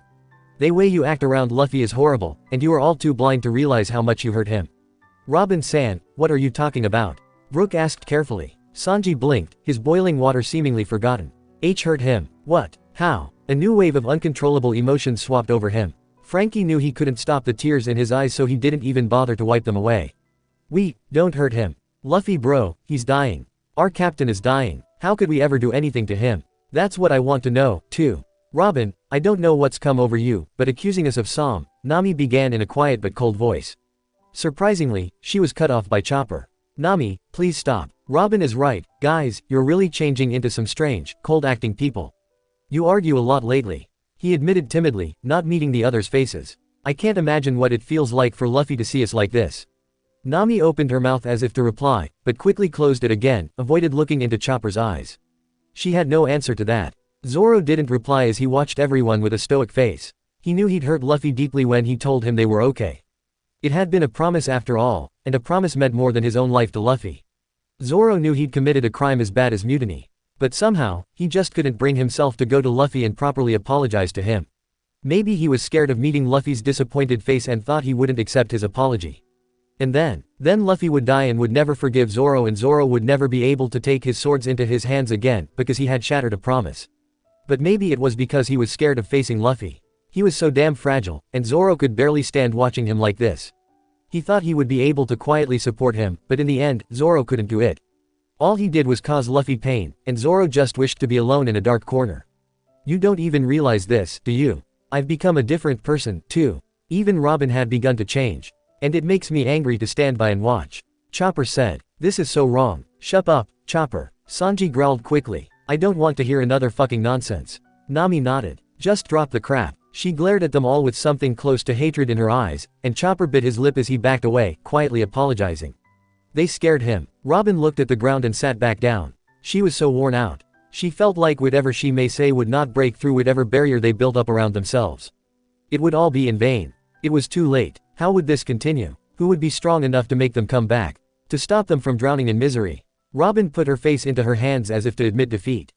I'm so sorry, Luffy. She thought, I cannot bring them back. I've had enough. Robin blinked, turning her head. Sanji shot around, glaring daggers at the person who'd spoken. What is your goddamn problem? Can't you just shut up?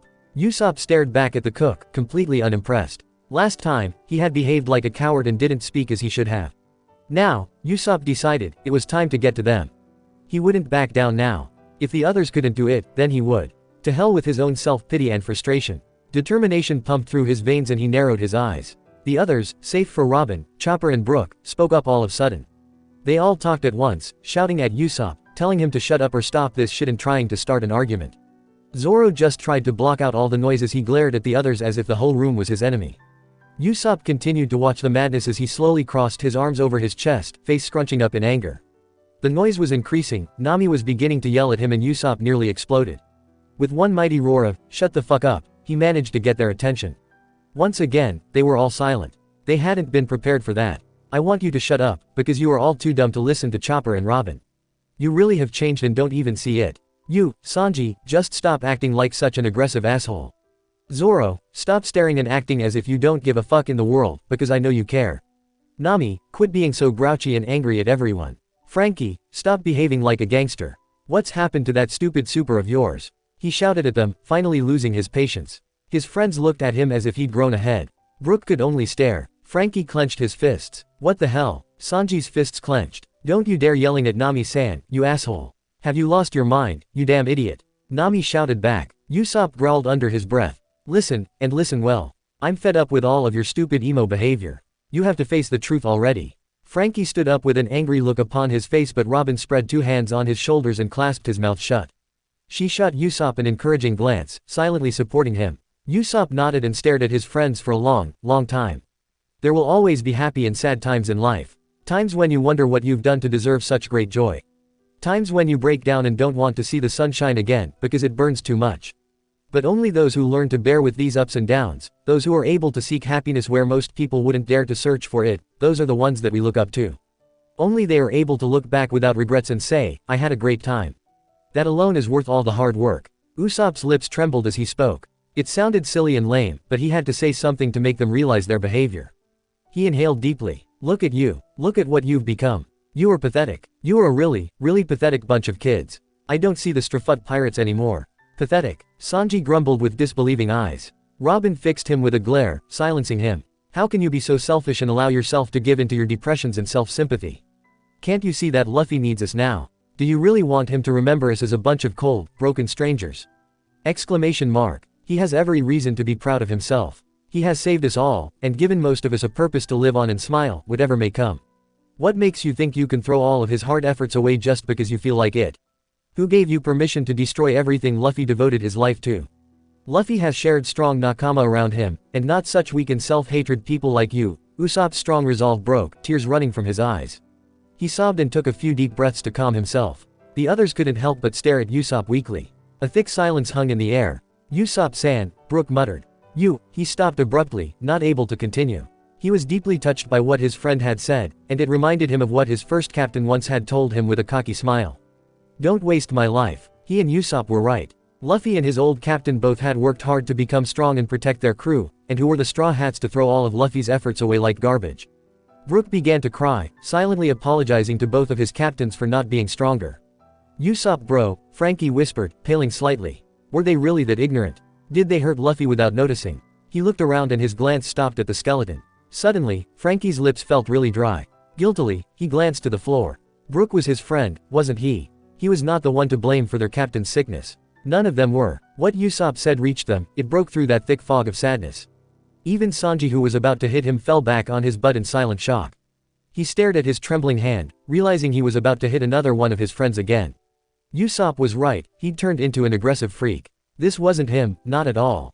Usopp hiccuped and his hands shivered madly. He looked up at them, no, not them, he looked at his friends, his family, because that's what they were. Tears streamed down his face and he gulped down his fear and distress one more time to whisper. "Our captain used to be proud of us, you know." That sentence was enough to pry open the shell around their hearts. It felt as if lightning had struck them, thrown by Luffy personally. That little speech had triggered something big deep inside them. There was a noticeably change in the air. The crew looked around as if they'd seen each other for the first time in their life.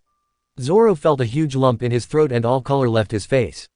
He felt miserable for pretending he didn't care. It was his own weakness that had driven him away from his friends. Usopp continued to cry, all his sadness trapped in his tears. The Straw Hats could only think one thing as realization broke its way through affliction. He's right. Nami's eyes were wide and unseeing. She had no tears left to cry, but she still had her hands to hug. She embraced Usopp and buried her head in the crook of his neck. It felt right. It was the right way to get rid of the helpless feelings. It felt right to share emotions with her friends. They all felt the same way, the same sadness and denial and frustration. They were all the same. How could they show anything like hate towards each other? Luffy thought it was his fault. He blamed himself again for not being strong enough. I feel horrible it took us so long to realize, Robin said as tears rolled down her eyes. I can't remember the last time I cried so much, she added as a whisper. Sanji hid his face in his hand, but it was obvious he was weeping. Chopper began to openly cry now, hugging Robin's leg tightly. He was incredibly happy his friends came back to reality. Truth be told, he had already given up to get through to them. Zoro watched Usopp and began to smile slightly. It seemed out of place, but it was a start and Zoro just couldn't help it. He was proud of Usopp for standing up to them in their darkest time. That had been quite brave, he had to admit. At the same time, he was grateful. Somehow, he felt refreshed and strong enough to get off his butt and stop moping. They couldn't continue to dishonor their captain like that. Frankie inhaled deeply, and as he released a horrible but familiar wail, he flung himself at Brook. Oh God, bro, I'm so sorry. Snot ran down his steely nose, but the musician didn't care as he hugged right back, crying just as much as Frankie. Me too. Yo ho ho. And together they clung to each other like little kids, comforting the other.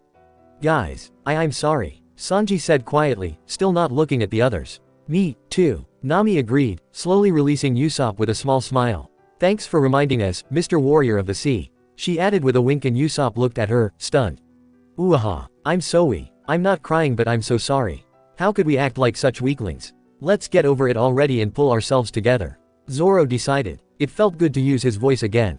It felt like he hadn't spoken to the crew for a long time. Robin dried her eyes while chuckling. That was the crew she knew and loved so much. Yes, we all know we've been complete idiots, now it's time to make it better. Usopp blinked at the crew, tears still falling down soundlessly. He couldn't believe his words had reached them. They were back to normal, finally. A choked sob sounded from his throat and he angrily rubbed his tears away. His voice had reached them. The cold attitude from everyone was gone. This was the beginning of something great, Usopp knew it. Everyone looked up when Zoro moved to stand. Suddenly, he stood tall, no slumping shoulders, and he had the biggest smirk on his face. There were no void emotions glinting in his eye, but a strong will. Their old Zoro was back. Something in the air changed. We should go to Luffy. All of us. YXYXYXYXY. Luffy blinked, completely stunned. He rubbed his eyes. Was he seeing things? Guys, he asked, sounding insecure as he slowly sat up. His friends smiled warmly at him in return. What's the matter? Luffy was pretty confused. Why would they all turn up out of the blue like that? Luffy, Zoro spoke up, stepping forward. He considered his next words carefully before he spoke up. We know we have disappointed you deeply, and we all apologize for behaving like complete morons. Just to let you know, we're proud of you. We won't let you down. Not now, and not ever. Luffy gaped at them. Zoro. He felt his heart clench for a second. Zoro had returned. No, not only him, everyone was there. His family was there with him. We were just reminded of something important. We forgot about it for a while, but that's in the past now. Luffy, I'm sorry for forgetting about your feelings. I promise to be there for you from now on. Nami said while smiling brightly. Chopper nodded furiously. I'll definitely find a cure for you. Just leave everything to me, Luffy. Nami. Chopper, Luffy murmured with wide eyes. Frankie spoke up, his huge arm still hanging around Brook's slim shoulders. Ow, we know we have a super captain. Luffy-san, I deeply regret what happened to you the other night. Brook swallowed but Frankie nudged him with his arm. Brook then continued in a much brighter voice. Though, whenever you feel down, just let me know and I'll play an uplifting tune for you, yo ho ho. Tell us how you feel, Luffy. We're all here to listen to you now. Robin said in a gentle voice. Luffy stared at them in slight disbelief. Suddenly, he felt horrible for doubting his crew even for a second. Frankie, Brook, Robin. He said, feeling overwhelmed despite his exhaustion. You can count on us, Captain. No matter what happens, we'll be strong for you. Sanji grinned. Luffy blinked before he returned the grin. He hadn't seen Sanji smile in a really long time and it made him feel at ease. Sanji, Luffy said and his voice cracked at the end. All of a sudden, he didn't feel like suffocating in that small room anymore. The more people there were, the bigger it looked. The sick captain could barely contain his joy.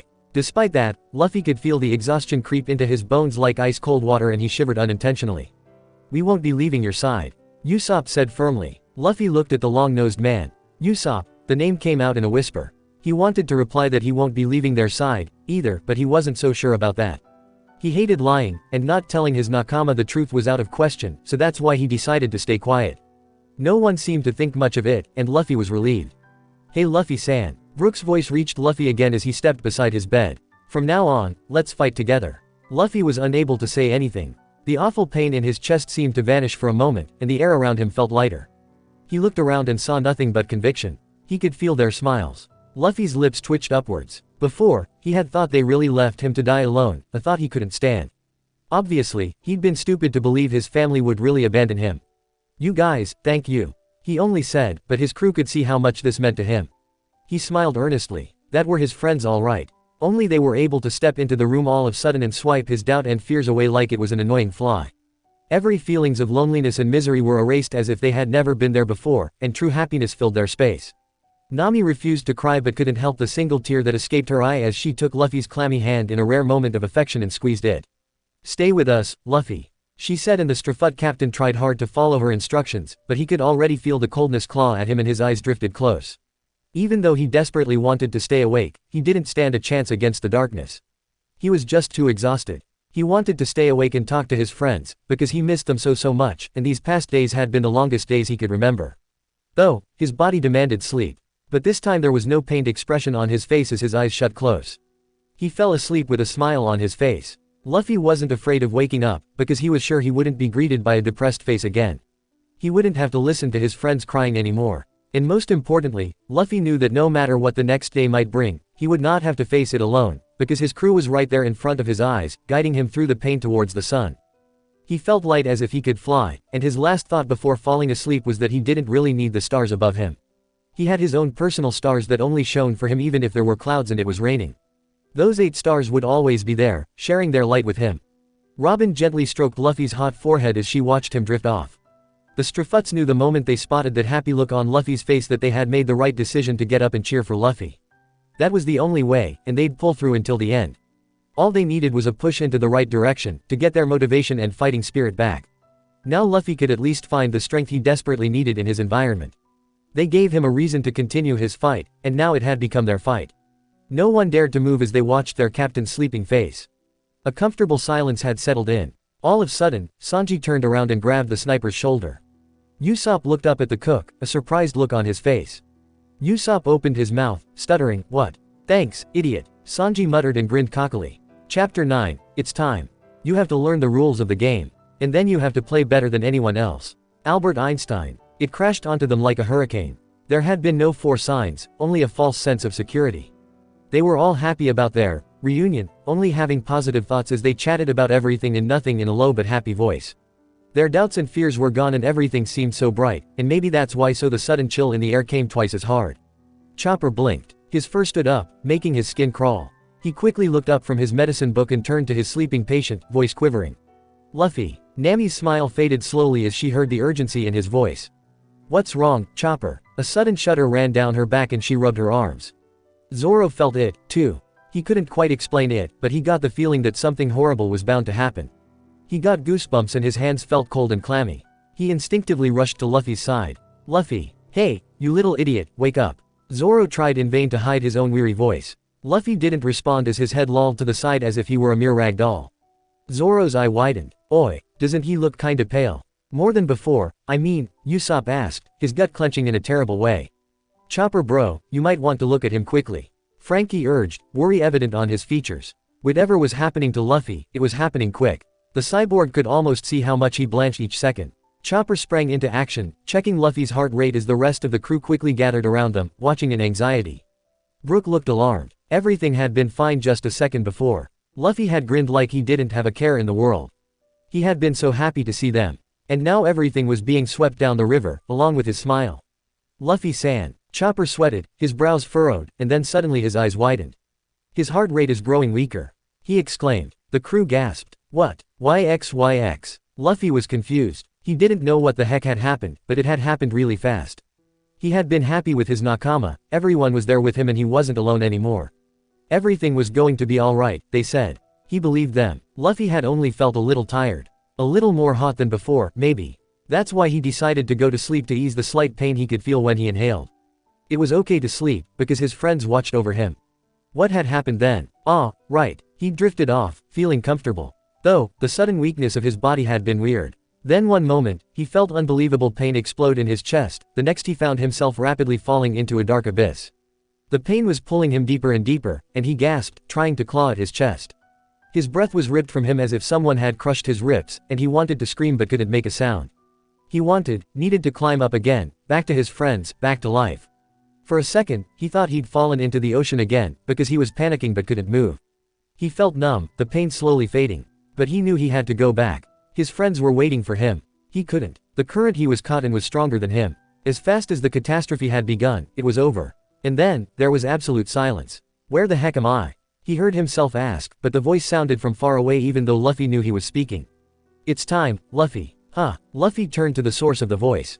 He was met by two smiling faces and a warmth he hadn't felt for a while filled his heart. There was no pain anymore, no heating fever that clouded his senses and made him feel so terrible and so unbelievable weak and dizzy. Luffy realized with a small shudder that he'd already forgotten how wonderful it felt not to suffer. It was great and so calming just to be healthy. He had always taken it for granted, but not being sick was really neat. It had felt like an eternity, but finally Luffy was able to embrace his old, determined self again. All these things had been robbed from him during his sickness. Now he was strong. He felt like an entirely different person. Nothing could stop him, he was free. There was another feeling, a foreign one he couldn't quite put a finger on. But Luffy didn't mind, it was kind of nice. And all of a sudden, there was a strange, overwhelming peace and stillness around him. It was amazing. He did neither feel cold nor was he hot. Everything was comfortable and just seemed right. Luffy couldn't say if it was actually bright or dark wherever he was, but looking around he decided it was the most beautiful thing he'd ever seen. He wanted to stay there forever, it was an awesome place. With that thought in mind, Luffy smiled wholeheartedly and stepped towards the two pure figures, outstretching his hand to them. YXYXYXY. Panic was settling in. Where had that come from? They all wished there was some mighty power that could stop Luffy from fading away. Whatever it was, something was taking Luffy away from them and they desperately wanted to stop it. Something had to be done. Luffy was their captain, their guiding light. They were nothing without him. They couldn't let him go like that. Luffy. Robin was shocked, tears filling her eyes but she didn't even notice. Weren't things going well just now? Hadn't they managed to come through this sickness together already? Life couldn't be this cruel. Damn it, Chopper. What the hell is going on? Sanji shouted. Chopper didn't answer, deeply concentrated on giving Luffy a cardiac massage.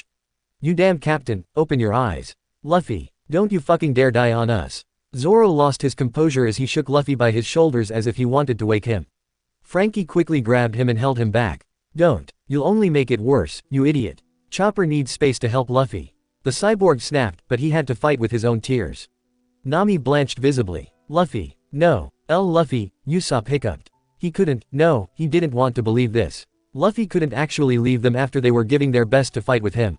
Luffy didn't open his eyes, he just murmured something under his breath while his life was slipping away. Everybody in the room heard it and it made their blood freeze cold.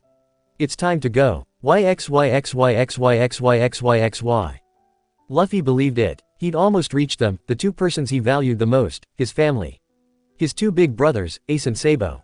The aura around them was as strong as he remembered it. Luffy suddenly felt the urge to laugh. He threw his head back and giggled happily, holding his stomach. He loved the three so much and it's been way too long since he'd seen any of their faces. He thought he would never see them again, and that had left the most horrible gap in his very soul, a gap that was threatening to expand and claw at his insides like some ugly, black monster that had been growing over the years. Luffy had longed to see his brothers, to hear their voices and laughter, to see them alive and happy again. Sabo, Ace, he'd missed them so much. And now that he saw their faces again, he didn't know whether to cry or laugh. Though Luffy was a naturally positive person so he decided to let out his happiness in form of laughing. As he gasped for air, he absently turned around, grin still in place. Look, guys, there are my big brothers, Ace and Saw, he broke off before finishing the sentence. The other three just watched silently, unreadable expression upon their faces. Luffy on the other hand was rather confused, blinking as there was nothing but thin air before him. What the? Whom was I talking to? Luffy asked aloud and turned back to his brothers, as if waiting for an explanation. They didn't reply, which was weird, because the Sabo he remembered would have sighed and shaken his head at his cluelessness. Ace would have scolded him or ruffled his hair, pretending to be annoyed. But those two persons who resembled his brothers so much seemed so far away, all of a sudden, they felt like complete strangers to Luffy. Family wasn't supposed to make him feel this lonely. He frowned, feeling the happiness from before fading rapidly and being replaced by an emptiness he loathed. Luffy didn't feel comfortable or happy at all right now, it was like something important was missing, was he forgetting something, or someone? He didn't know. His headache from earlier returned with full force and he groaned slightly. Suddenly, thinking was getting really hard. What was he doing here again? How did he come to this place? Where had he been before? Luffy couldn't even tell what the sun looked like, he couldn't remember the color of the ocean, nor the sound of rain or what a gentle caress of the wind felt like. He couldn't remember what it felt like to be alive. It was all slipping away from his memories. The place he was in didn't seem so comfortable anymore, it was making him feel small and out of place, like he didn't belong there. He felt so unbelievable hot and it hurt. Voices from far away suddenly reached him and he shot around in search. Did you hear that just now? Who's that? Luffy put his hands behind his ears to improve his hearing but it hardly helped. He only managed to catch a few parts of what was spoken, and a horrible feeling settled in his stomach. Whoever those people were, they sounded incredibly desperate. Luffy had never heard such broken-hearted voices like them. Luffy, don't go. Please. Luffy, don't you dare and leave us like this, you idiot. Come back to us. Damn it, Chopper, do something. Luffy, don't give the hell up now. Luffy, who were they? How did they know his name? Should he know them? He felt so dazed. He could vaguely remember a bunch of people, friends, they were his crew, weren't they? Why did it feel as if his life had been a dream? Hadn't he met those important people in the end? Luffy. A voice spoke. It was oddly familiar on the one hand, but on the other it sounded from afar and echoed strangely. Luffy's head snapped up. This voice, it had sounded as broken as the other sounds from before. Since when did Ace's voice sound so plaintive? This was so out of character it made Luffy dizzy trying to think about it. The Straffut boy wanted to reply and opened his mouth, but his throat felt dried out and sore. He couldn't say anything, no matter how hard he tried. What was going on here? Ace spoke again, patiently, calmly. Open your eyes, moron. Follow your heart. My heart, Luffy thought, and big brown eyes stared at them in wonder, completely helpless. What the heck are you talking about? Why are you speaking so oddly? He wanted to ask, but no sound was escaping his mouth and it was starting to frustrate him. He looked at the three again, craving for answers. Ace nodded at him and out of reflex, the Straffut pirate put a hand on the left side of his chest. My heart. He repeated inwardly, confusion not clearing up one bit. Then Luffy's eyes widened in shock. His heart wasn't beating, and that felt wrong. He should be able to feel a steady, rhythmic bump bump, the same beat he was used to hear since 19 years. He'd always enjoyed the deep, familiar sound, it had a strangely calming effect on him. There were times, when he got excited or angry or really happy, when his heart would beat faster and it felt as if Luffy had a fiddle butterfly in his chest. When he used Gear 2, it would beat faster all the more and even hurt a little. Sometimes, the beat of his heart was the only sound he listened to when he was about to make an important decision. But now Luffy was only greeted with an eerily hollow silence instead. It made him freeze in shock as realization's cold hand grasped at his mind. The picture started to clear up, the pieces of the puzzle put itself together, and it hit him forcefully like a tornado. He didn't belong there, because he knew there was a place his nakama belonged to, in his heart. But no matter how carefully he touched his chest, there was no beating muscle to be found. There was no heart in him, no place where his friends were. And if his crew was not here, then wherever he was wrong. His nakama were the missing part in his soul. They were the key to everything, they filled his heart and mind. Luffy being a captain was part of his destiny, but a captain without his crew didn't work out. The 19-year-old couldn't shake the growing feeling of dread in the pitch of his stomach. Panic was starting to claw its way through the surface of his very being. Whatever was going on, Luffy had to stop it. Now that his crew weren't there, wherever there was, Luffy was missing an important part of himself. And that wasn't right, a terrible mistake that needed to be corrected. Otherwise something awful would happen, something that would make not only him suffer a great deal, but 8 other persons too. Luffy was about to ask another question, when it finally made click in his brain. There were only 3 words on his mind, burning into his soul like a branding. I am dead. His stomach clenched painfully and he was actually scared senseless. His eyes widened. No. His feelings had turned 180 degrees in such a short time span it made him want to throw up. Of course they weren't there. How could they be at the same place when he died? He'd left them behind, betrayed them. This time, Luffy had gone to the one place where his friends couldn't follow him. Now it all made sense, the nice, comfortable feeling of endless content, the warmth, the pain that's finally stopped. But his nakama were gone, together with everything he'd lived for, left in another world far away. They hadn't left him, and they would never do. They came back to him, encouraging him, and look what he did to them in return. There hadn't even been a chance of saying goodbye. Luffy's eyes began to dart around in sheer panic, searching for an exit that wasn't existing, and he panted loudly. He turned around, scratching at the place where his heart was supposed to beat strongly, and began to run. But no matter how fast he raced through this weird space, he didn't move an inch and Sabo and Ace never got further away. It was like he was running on a treadmill. Luffy could hardly believe it, how could he have been so weak? His emotions started to suffocate him, he couldn't help but open his mouth to scream loudly and curse himself for fucking dying. What is going on? Finally, Luffy could use his voice again. But no one answered, just like before. Where are my Nakama? Sabo, Ace, talk to me, he half demanded, half begged. How could he have thought this place was warm and kind? Right now, it was making him feel claustrophobic even though there weren't any walls around him, just dark nothingness. Why aren't you answering? Luffy broke, and a sob escaped his mouth. He fell to his knees, letting the tears fall freely. The two persons in white looked at the teenager in pure sadness. Luffy, Sabo began, and Luffy looked up in a mix of fear and despair.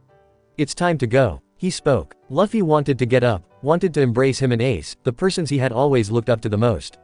He wanted to hug his two big brothers and tell them how he wanted to stay with them forever because they just didn't have enough time together. Luffy wanted to follow them into the light. But something held him back, made his legs too weak to carry his weight.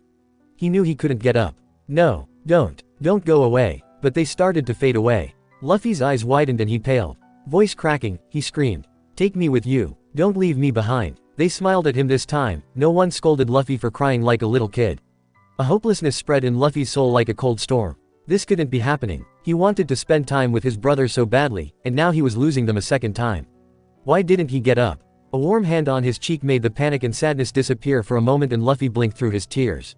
He looked up and saw into the smiling face of Ace. Two strong hands rested upon his shoulders, and Luffy recognized Sabo standing behind him, grinning encouragingly.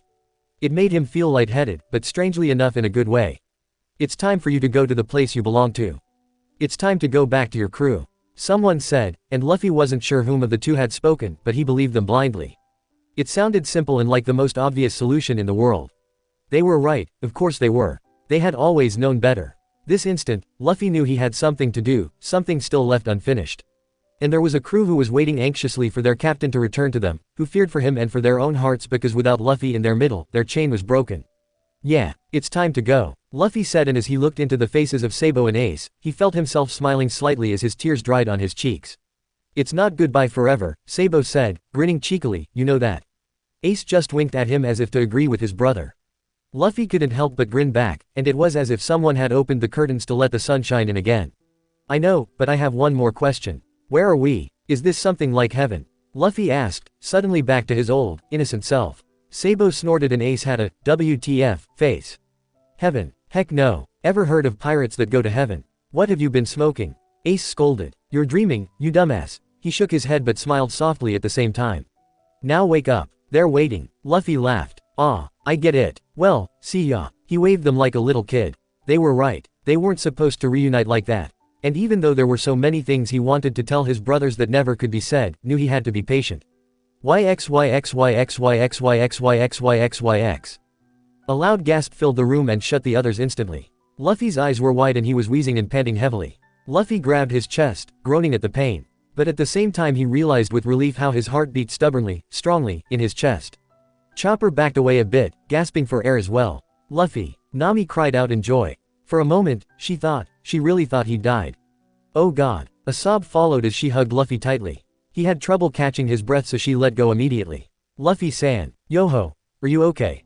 Brook asked uncertainly. Luffy, Chopper and Usopp cried, and even the others could barely contain their happiness and relief. Zoro, Robin and Sanji released a breath they had been holding. Geez, nearly gave me a damn heart attack, Sanji muttered, but he smiled, wiping his face. His hands shook. Luffy-san, thank God, Brook exclaimed. Where am I? Luffy stuttered, his breathing had calmed down a little. I'm so glad, Luffy. Don't scare us like that, Chopper said as he wiped the tears and snot from his face.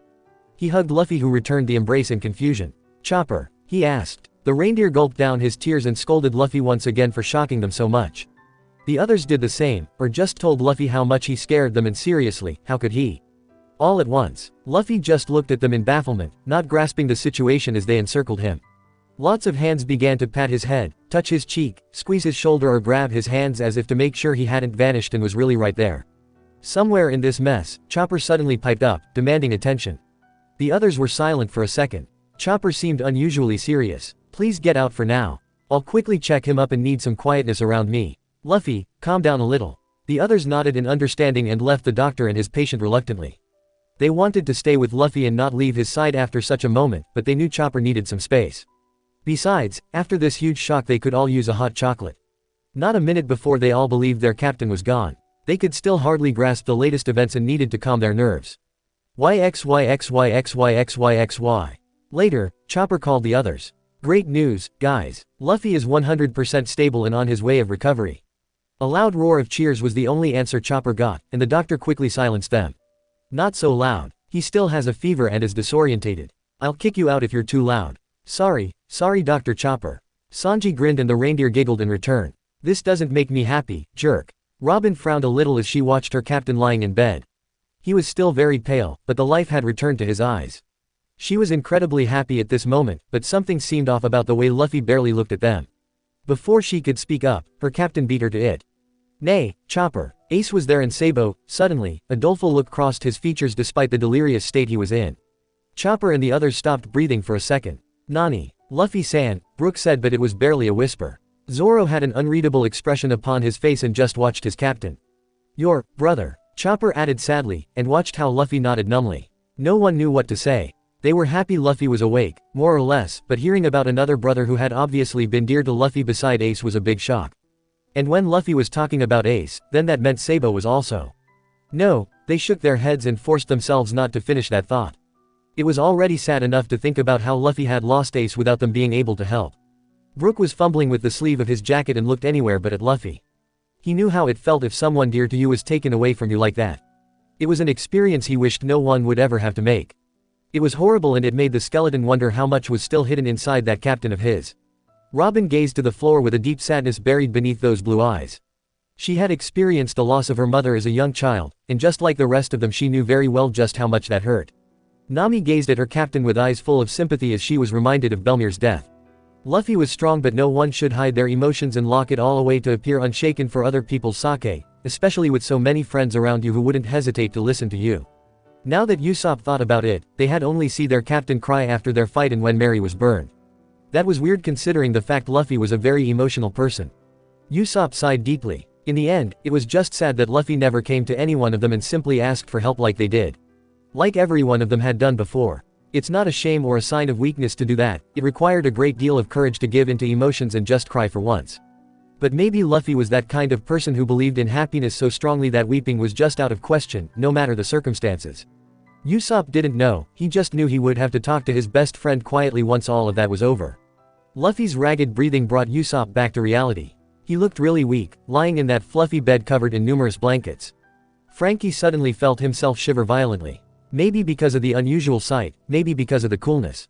The room seemed so cold, so sad and dark and tensed it was nearly unbearable. It made the cyborg want to close his eyes and run away from all the gloominess. They had been so damn happy when Luffy actually woke up, but now it was as if they all feared he would fall back into his coma-like state any second. Was this real, or would they wake up and continue to live in a nightmare? Was it really all over? It seemed unreal, and at the same time they started to regret their behavior and how they nearly broke apart because of all the disaster. Luffy may have been sick and tired to no end, but he had to be blind not to notice all the sad and frustrated faces around him. It made him sad, too, to see his nakama so down, especially when he was the reason for that sorrow. It was something that he didn't like at all. He thought he'd beaten that sadness before, but now it was as present as ever. This couldn't continue. His crew had told him they were there, and they had smiled. Where had their smiles vanished to again? Or had he been dreaming or something? His thoughts were misty. Besides, they were pirates after all, weren't they? Pirates were supposed to be joyous people who sang songs and shared their happiness among each other. Not a bunch of people who moped around lifelessly, looking so hopeless and worn out like them. It made Luffy wonder, and he blinked around warily. Luffy tried to remember what had happened to make them this upset, but it was only making the dizziness worse and it didn't help his terrible headache. He just got the feeling that it had something to do with him, but no matter how hard he tried, Luffy had no idea what he did to make them feel this bad. But he knew it was weird seeing Nami and Usopp crying all the time, and it was even weirder to see someone though like Sanji and Zoro so concerned. That look certainly didn't suit them. Luffy, aware of his duty as a captain and their friend, wanted to make sure they went back to their old selves, the people he loved and needed right now. With that thought in mind, Luffy sent them the most cheerful smile he could muster and spoke up. "I'm glad I'm here with you guys." It came out as a quiet, raspy whisper, nevertheless all 8 pairs of eyes shot to Luffy in an instant. They all had caught it. Nami continued to sob, a tearful but happy expression upon her face. The rest of the crew reacted similar. Some of them cried out of joy, some fought a battle of not giving in to tears, some bit their lips, but all of them smiled warmly. It relieved them to no end to finally have a small piece of their old Luffy back. After all, they hadn't heard his voice in what seemed like an eternity. How they'd missed his bright laugh, his senseless babbling and, most of all, his encouraging smile. Suddenly, the sun shone again for the Straw Hats and all reason for coldness had disappeared. It was as if the ice broke and the fact that Luffy was indeed alive finally sunk in. Luffy would live. He'd live and cry and laugh and share his world of dreams with everyone. Luffy would fulfill his wish and become the king of pirates. A soft look crossed Zoro's features, one that was hardly seen upon his face. It was one of those rare moments when the swordsman allowed himself to lower his guard and let his soft side show itself. Is that so? It was a rhetorical question, but Zoro felt he had to say something, just anything. It may sound silly, but Zoro wanted to seize the opportunity to simply talk to Luffy again. He thought he'd never hear that voice again. Talking to another person seemed like the most normal thing in the world, but to the first mate, speaking to Luffy right now was pretty close to amazing. Scratch that, if Zoro hadn't been a tough guy, he would have said that this was a miracle, but he didn't utter it out loud, it sounded way too sappy. He'd always believed in his captain, but even someone like Zoro had moments of doubt, and doubting Luffy would come out of this alive he did, even if he'd never admit that out loud. It had been a damn close call. As he looked at the boy with the black, messy hair, Zoro felt a small but genuine smile creep upon his lips. Luffy was breathing. He was alive. Zoro felt extremely proud of his captain for coming back from this. Suddenly, the swordsman felt the urge to go over and hold Luffy close to his chest, to hug him. That was weird, he never thought he'd feel this kind of brotherly affection towards Luffy, but actually, he felt he wasn't the only one to feel so protective of their captain. Every single person in the room felt the same way. Zoro could tell by the way they all looked at the team. Luffy blinked again as if he hadn't noticed his first mate was in the room too.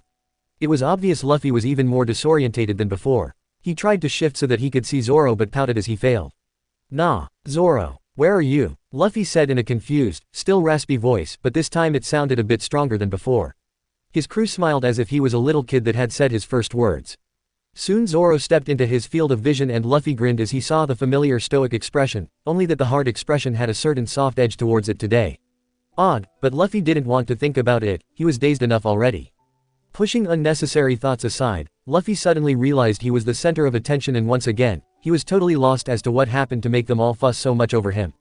Huh, what is wrong with you guys? What happy H? Where's Sanji? Luffy's eyes darted across the room but he didn't find his cook anywhere. That was much more important as the thing he wanted to ask before, what did he want to ask again? Thinking is so confusing, he mumbled even though he hadn't intended to say that out loud. No wonder, you still have a fever. Besides, you've just woken up from a long sleep, it's only natural to feel confused. Sanji spoke slowly and quietly as he sat on the edge of Luffy's bed. He never took his eyes off his captain, not even as Nami began to talk again. "Luffy, you baka, you really scared us this time," she scolded softly as she wiped her eyes, hands shaking from being so scared but happy at the same time. Soon her anger vanished as she realized Luffy wasn't even paying attention. Nami then couldn't stop herself anymore and put Luffy in a gentle but firm embrace once again. "Damn you for nearly dying. I was so worried. Nami." Luffy blinked, since when did Nami hug people? But before he could ask any more questions, more of his nakama came to embrace him tightly. Usopp, Frankie, Chopper, even Brook wanted a piece of him to hug. It was making him dizzy, all of his friends coming to him at once, just how many people were in this room. They encircled him even tighter than before. "Damn it, Luffy bro." Frankie bawled helplessly. What? He just said and shook his head, which of course resulted in him getting even more dizzy than before. He groaned and touched his forehead, hating this stupid headache and how hot it was in the infirmary. Why wouldn't anyone open a window? His nakama realized Luffy's distress and Brook and the others stepped back to grant him some space. Nami however frowned and reached forward to pat his head like a mother would pat her child. "You're still pretty out of it, huh?" she said, but she knew he wouldn't answer her question. He just looked at her in wonder. Luffy frowned weakly. Nothing was making sense at the moment, and Nami was making least sense of all. It was rare that she was using this special, soft tone on him and he really wondered about it. "Don't worry about it. Are you hungry?" Robin asked, hoping he would react to the mention of food. Much to everyone's shock, he shook his head. "Actually, no." Before anyone had time to utter their shock and surprise, Chopper piped up. "Well, you should eat something, Luffy. Your body is pretty exhausted from the constant fight with the sickness and it can use all the energy it can get. It should help you recover faster." Sanji quickly offered a plate of soup. "It's easy to eat and not too heavy." "Good idea, Sanji." Chopper agreed and Sanji went to prepare the meal. Luffy frowned slightly. "Guys, I'm okay," he only said, and even though everyone could see he was tired and still feverish, they all believed him, because Luffy would never lie to them. For Chopper, the ice finally broke and he realized, he hadn't failed him in any way.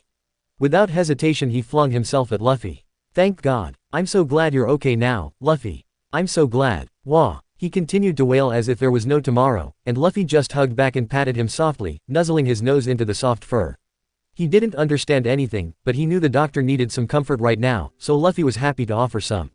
He looked around in a slight daze and was met by 7 smiling faces. Some of them were still crying, but this time out of happiness, and Luffy decided that was alright. Whatever caused them such distress had vanished, so Luffy felt at ease. Somebody ruffled his hair and he giggled, enjoying the touch. With Chopper in his arms, he fell asleep, breathing slowly but steadily, his heart beating nicely for him to hear. He smiled as he listened to the shushed whispering of his friends around him. The crew were so relieved it made them lightheaded and doubt this was indeed real. It's okay, they thought, it's really gonna be okay now. This time, they knew it. XXXXX. A few weeks later, they encountered a bounty hunter gang that were bloodthirsty and extremely cocky. That cockiness, however, was short-lived as they suddenly spotted the bright face of the captain. Strafut Luffy laughed at their silly expressions and wasted no time to easily kick their butts off his ship. The rumors about Luffy being weak and near death, and his crew being torn apart and depressed, were proven wrong. Everything went well despite the hardship they had to overcome. Things were getting better each day. But then, they came across a marine ship. A very special marine ship. Robin narrowed her eyes from her spot in the crow's nest. She quietly informed the rest of the crew, a cold rage boiling inside her. Zoro just stepped up to his captain and told him with a serious face, "We found them." No other words were needed, Luffy knew what he meant by that. Everyone was in fighting mode as they were the first to attack the Marines.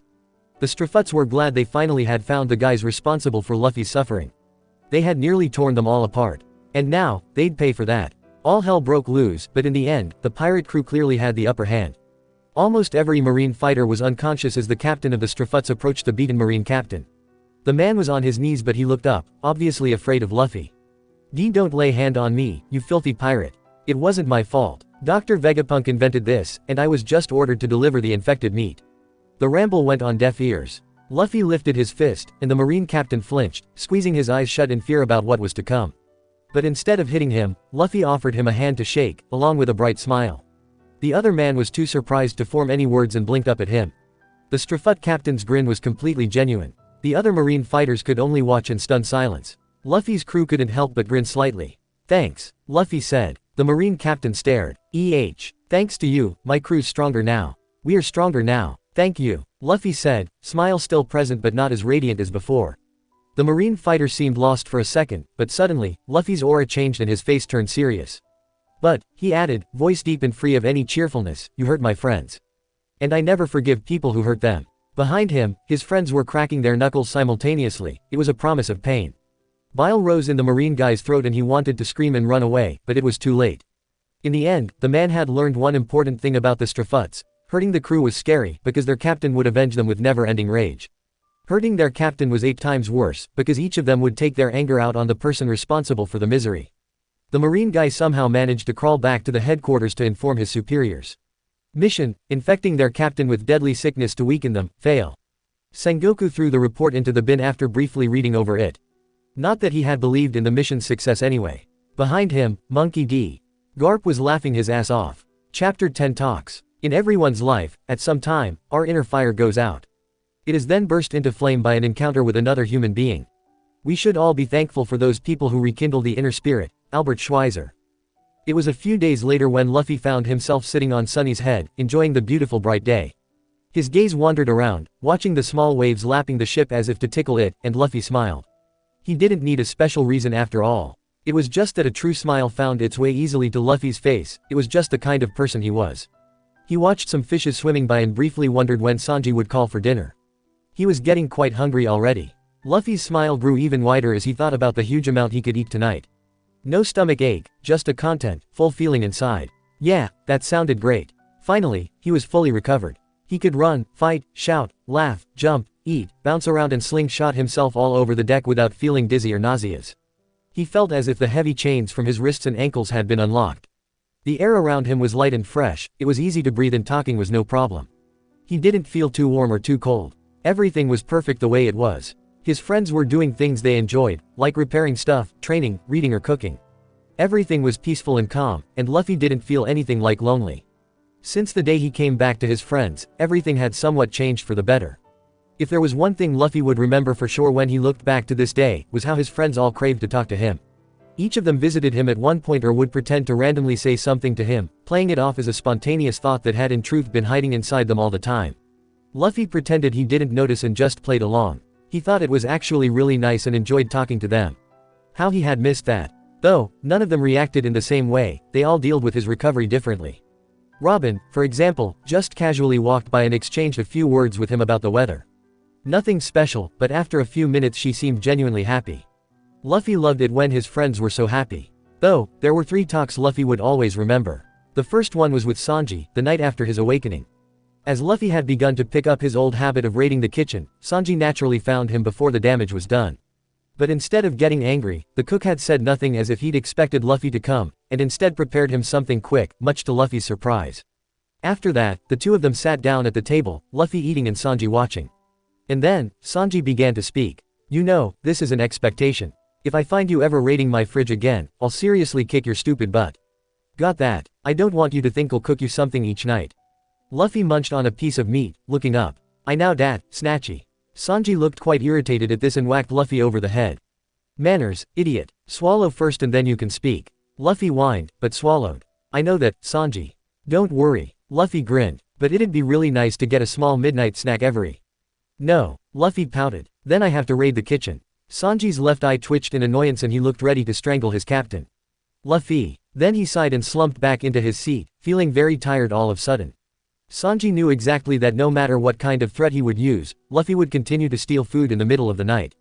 Truth be told, at the moment Sanji was actually incredibly relieved Luffy did so. Whatever, just clean up when you've finished. With that said, Sanji got up and turned to leave. Luffy blinked in wonder. He hadn't expected Sanji to just leave like that, since Luffy could still raid the kitchen afterwards. Sanji, is something wrong? The cook halted. I'm tired. Isn't that obvious? Luffy shrugged. I was just wondering since normally, you would beat me up or at least give me a lecture. But you've been behaving oddly these past days. Is it because you have no packs of cigarettes anymore? Sanji shot around, pissed. No, it's not because of these goddamn cigarettes. Luffy, you damn moron, how can you be so insensitive? In case you didn't notice, you nearly fucking died a few days ago. Luffy swallowed, taken aback. Sanji, he hadn't expected such an outburst and was somewhat speechless. He hadn't thought the others would still take it that bad. Weren't things back to how they used to be now? He looked down. But I'm fine now, I can see that, but we have to come to terms with this situation first of all. These past days were a load of crap for us, too. We can't just play it off as if nothing serious happened. This crew nearly broke apart and you nearly lost your life. That's a lot of shit to deal with. Sanji all but shouted. He was fuming, and Luffy could see his fist shaking in anger. The captain frowned, his meal forgotten over the cook's wrath. Was he still causing them so much distress? Luffy had hoped he could lighten up the mood by pretending nothing happened and just tried to act childish and like his old self. Apparently, the others were still pretty shaken. He sighed, hating how everyone fussed about him. Sorry, but it's all in the past now.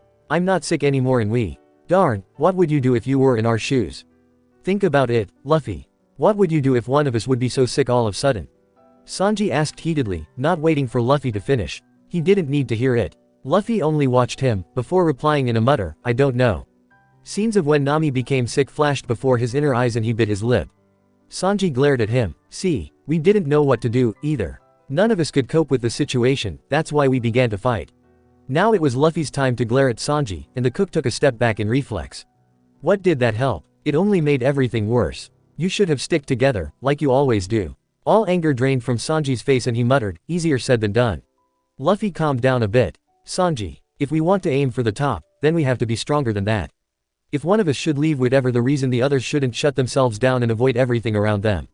Now, for the first time in all our lives, we have people around us who feel the same, who understand us, who can comfort us. There's no need to go through hard times alone. Why should that go to waste? Sanji nibbled on his cigarette, hating how dumb he felt all of a sudden. This was Luffy lecturing him of all people, and the cook felt slightly awkward. Luffy spoke again. Why always drowning in self-pity? I mean, I'm no stranger to loss. But I'm a friend to happiness. He said with an utter honesty it made Sanji shudder. Right, Sanji answered uncertainly after a while, taking a deep drag of his cigarette. Slowly, the words sunk in. He knew everything Luffy said was true, but maybe he needed to hear it from someone else first. I guess that's a good attitude. If something like this should happen again, then we may know how to deal with it properly now. Luffy didn't respond. Sanji shook his head after watching him for a while, then he responded with a laugh. You actually stopped eating, huh? Luffy blinked, profoundly confused. He looked down as if he'd seen the meat for the first time in his life, and then he squeaked. "Ah, my midnight snack." He swallowed it whole, not caring that it was already cold. "Thanks for the little talk, Captain." Sanji ruffled his hair. "Since it's already dawning outside, I'll go and make you dumb asses breakfast now, so get the hell out." The cook went to the oven. Luffy looked after him in slight wonder, before he turned around and vanished through the kitchen door with an "ooh." He knew Sanji didn't really mean it when he scolded them, and that thought made him smile. Since Luffy was already wide awake, he didn't return to his hammock. He could sleep after breakfast if he wanted to. 1 hour later, his sniper found his way up onto deck and joined his captain in watching the sunrise. "Hey Luffy." Usopp's voice sounded from behind, and Luffy turned his head to grin at his friend. "Here we go again," Luffy thought and snickered. "What's so funny?" Usopp asked, slightly amused, both eyebrows raised. Luffy giggled. "Nothing." "Ah, okay," Usopp shrugged it off. "Anyways, how are ya?" "I'm fine. It's not like I'll break if I fall down." Luffy rolled his eyes. Usopp didn't think this was funny and frowned at his friend. "You sure looked like that a few days ago." Luffy's smile faded and he turned to the ocean again. "Sorry." Usopp sat down beside him.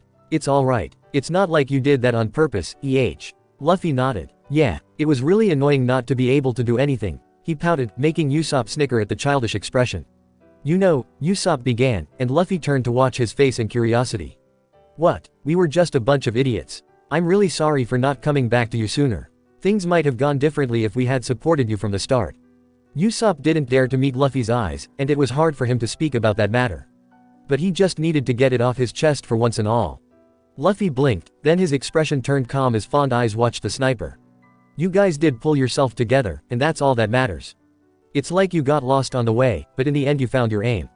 "Right," Usopp said, rubbing furiously at his eyes. Luffy laughed. "Sheesh, Usopp, cheer up." He slapped the other boy's back, attempting to lift the slightly sour mood. He was fed up with such depressed surroundings. Usopp coughed at that but recovered instantly. I'm already cheering up." Crimson flushed his cheeks as he hit Luffy back. The captain only laughed more at that. "Besides, I heard you were the one to speak them out of their depression, weren't you?" Luffy suddenly blurted out, still smiling. Usopp halted in his movements, slightly stunned. Then he grinned proudly. I guess." He rubbed his nose. "If the captain falls ill, then it's the job of a brave warrior to rescue the rest of the crew." "Yeah, you did well, Usopp." "Shishishi. I always knew you had it in you." Luffy smirked and clasped Usopp on the back again. "Luffy," Usopp smiled wearily, looking close to tears again, but before they could roll down his cheeks he rubbed them away. "That's right. I'm stronger now. We all are," Luffy said confidently, and Usopp only nodded. "Luffy, we were jerks, we should have kept our optimistic nature. At least, the others should have, because I always have the negative thoughts in the crew." Luffy shrugged, ignoring the slight irony at the end of the sentence. "It's not like we can change it now. I know, still, I've come to a conclusion. Blind optimism is just as bad as endless depression. But at least it makes you feel more secure," Usopp said, and Luffy giggled. "You sound like some sort of philosophic." Usopp gaped at his captain, all seriousness forgotten. "Where did you get that word from?" "Robin mentioned it before. I don't know what it means, did I use it wrong?" Luffy blinked back at him with those huge innocent eyes, and Usopp just smirked. "For a moment I thought the fever had done some serious brain damage." Usopp replied while chuckling, knowing he wouldn't hurt his friend by saying that. "I don't know what this is, but I'm pretty sure I don't have that." Luffy chirped back and the sniper laughed again. "Nope, you don't have that." With that said, the two friends continued to watch the sky change colors, shoulder by shoulder. YXYXY. The last one was Zoro. He was the one person Luffy could always speak openly with. Of course he would never lie to his friends and always be blunt, but only with Zoro he discussed his weak and insecure side. It was vice versa, and nothing would change about that. Call it a captain first mate thing. When everyone was back in their quarters, Luffy was still sitting on Sunny's head, watching the stars. He was waiting. Only a bit later, his ears perked up at the sound of familiar boots crushing the soft grass of Sunny's deck. Luffy inhaled deeply. Zoro had arrived. Both of them had wanted to talk, needed it. Both had something on their mind that wouldn't let them go to sleep at night, something still nagging at their minds. But they also knew to wait for the right time. Now was this time. Now they would talk. Without a word, Zoro stood beside his captain, arms crossed over his chest. Luffy didn't need to turn around. The swordsman waited patiently for Luffy to begin talking, because Zoro knew he had to speak first. After only a minute, Luffy sighed as he fully acknowledged his friend. "Zoro." "Yes." A short while passed, the tensing air between the two increased, and Luffy began to speak. "You know what?" Luffy inhaled deeply. "I'm not going to stop fighting for my life. Never. I'm alive and I'm not stopping. I won't. Why should I give in if people tell me it's impossible? Zoro's mind was tumbling down from what he'd heard and the only thing he could do was stare. He hadn't known what to expect Luffy to say, but this was definitely the last thing on Zoro's list. I used to think, maybe it's okay to die. It's easy to give in to the darkness. Maybe it's gonna be alright, because my friends could be proud of me since they knew I was a fighter till the end. Shanks would be okay, because my friends would fulfill the task of carrying a promise to where it belonged to. It'd be okay to close my eyes just a little longer, not being afraid of never opening them again. Zoro. I thought it'd be alright to finally let go of everything. Zoro's body tensed. The blood was rushing in his ears, his heart pounding painfully in his chest. This nonsense had to stop. Zoro didn't want to hear it, he didn't want to know the feeling of utter desperation and loneliness, and that's why he tried to stop Luffy from talking. He didn't want to hear what Luffy was saying anymore. Luffy, stop it. Just stop it. The whole shit is over. You're alive. You're not gonna die. Quote. Luffy turned to him and fixed him with a look that made Zoro feel like an ignorant child. Luffy could nearly feel the desperation that vibrated off Zoro, and he knew that normally, he didn't need to tell Zoro how life works. Normally, Zoro would give him the right hint and direct him into the right way. Normally, Zoro didn't need someone to comfort him in some kind of manner, but the near-death experience from his captain had changed that, even if it was just for a short time. Luffy knew his first mate as a calm and thoughtful and never-wavering guy. Zoro was intelligent, he knew of misery and happiness. He'd witnessed death countless times and he was a strong fighter. But this time, just this time, it was Luffy's place to pull his friend back from denial and remind him. I will die, just like you'll die. Everything that resurfaces will drown sooner or later. Some people die, at the same time others are born. Luffy spoke as gently as possible and as firm as he had to. Because, Zoro, that's just the way it is. Nothing lasts forever. Zoro knew he was being incredibly stupid and childish, and he shouldn't share his weak and immature side with someone else. Though, a fraction of a second later, when Luffy's eyes shone with brightness enough for both of them, Zoro decided he would share. I know. But Luffy, I'd rather die myself than see you dying. And we all thought this was the case, you know. Shit, I was actually afraid. I really thought you'd die. I doubted you, Luffy. We all did, and there's nothing to forgive because what we did was unforgivable. We failed you, Pirate King. Quote. Luffy looked at him for a long time, and when Zoro thought he'd laugh at him for being such a dumb ass, Luffy did the reverse. He shook his head and closed his eyes, and Zoro mistook it for disappointment in his own crew and he bowed his head in shame. They had really hurt Luffy, hadn't they? But Luffy was happy-go-lucky, and he loved his nakama. Zoro, he said in a monotone voice that sent a shiver down the other man's spine. The swordsman looked up, prepared for whatever may come. However, what Luffy did next still caught him off guard, and he didn't even have time to dodge as a rubbery fist cracked against his skull with a sickening sound. Zoro flew across the deck, surprised by the events and how strong Luffy had actually punched him, and skidded to a halt thanks to the next wall. He had an iron taste on his tongue he quickly spat out. Dust was in the air, but Zoro didn't need to see as he heard the familiar steps of sandals clicking against the wooden floor nearing. The first mate rubbed his throbbing cheek, that had really hurt but he'd survive, and stood up to prepare for another hit that may come his way. Luffy had every right to do this. What they did to him had been close to mutiny, and every other captain would probably kill his crew for something like this. So Zoro supposed this treatment was nothing. He as the unofficial first mate would take the beatings in the name of the crew. Standing in Luffy's way was unforgivable to Zoro. Luffy stood before him, panting from the sudden strain on his limbs. He hadn't punched someone in a long time, and roughly grabbed Zoro's collar. They were eye to eye since Luffy stood on tiptoes and Zoro's stoic face met Luffy's furious one. I know that you are angry, Captain, and you have every right to be. Zoro said in his usual deep voice, and it disturbed Luffy. Zoro was such a proud and strong man, he usually wouldn't give himself away for such a beating, would he? Did his loyalty towards him run this deep?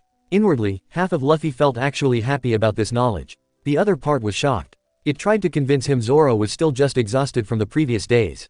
Of course he was. Zoro. Luffy repeated, and it sounded more urgent, almost desperate. Zoro frowned slightly, noticing how horrified Luffy looked all of a sudden. Zoro, you jerk. Zoro was roughly shoved down so that Luffy was sitting on top of his chest, slapping his face again and again. To say this took the swordsman aback was an understatement. But perhaps this was the result of constant bottling up emotions. After all, it may have been hard for the crew, but Zoro didn't want to imagine what it had felt like for the captain, knowing he'd die and leave them behind, that is. You stupid asshole. Luffy yelled, truly pissed off, and Zoro had to admit he hadn't expected such a strong reaction. You don't understand a thing, do you? Zoro was confused by this behavior and just caught Luffy's wrists with ease. He stared up into his captain's pale face, an unreadable expression upon his face. Luffy huffed and panted for a few seconds, and Zoro granted him enough time to catch his breath until the captain finally calmed down and started to speak. You don't understand anything. Luffy repeated while still catching his breath, and shot Zoro a strong gaze.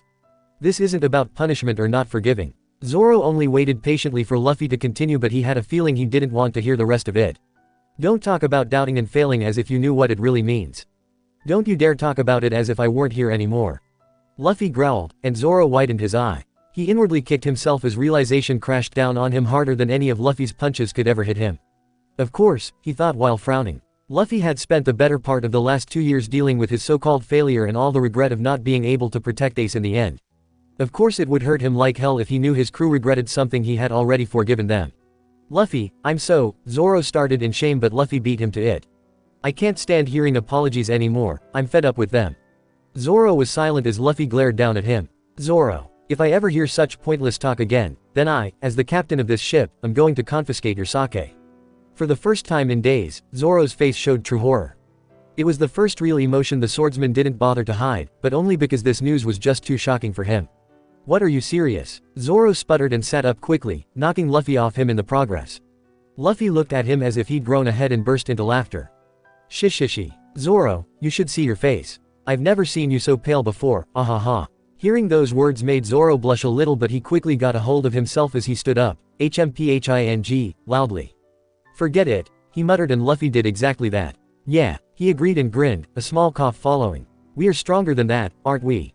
Zoro looked at his captain and he could swear that smile just robbed him of his sanity. He couldn't help the twitching in his lips as he replied. Of course we are. If we can overcome something like this, then nothing is gonna stop us in the future.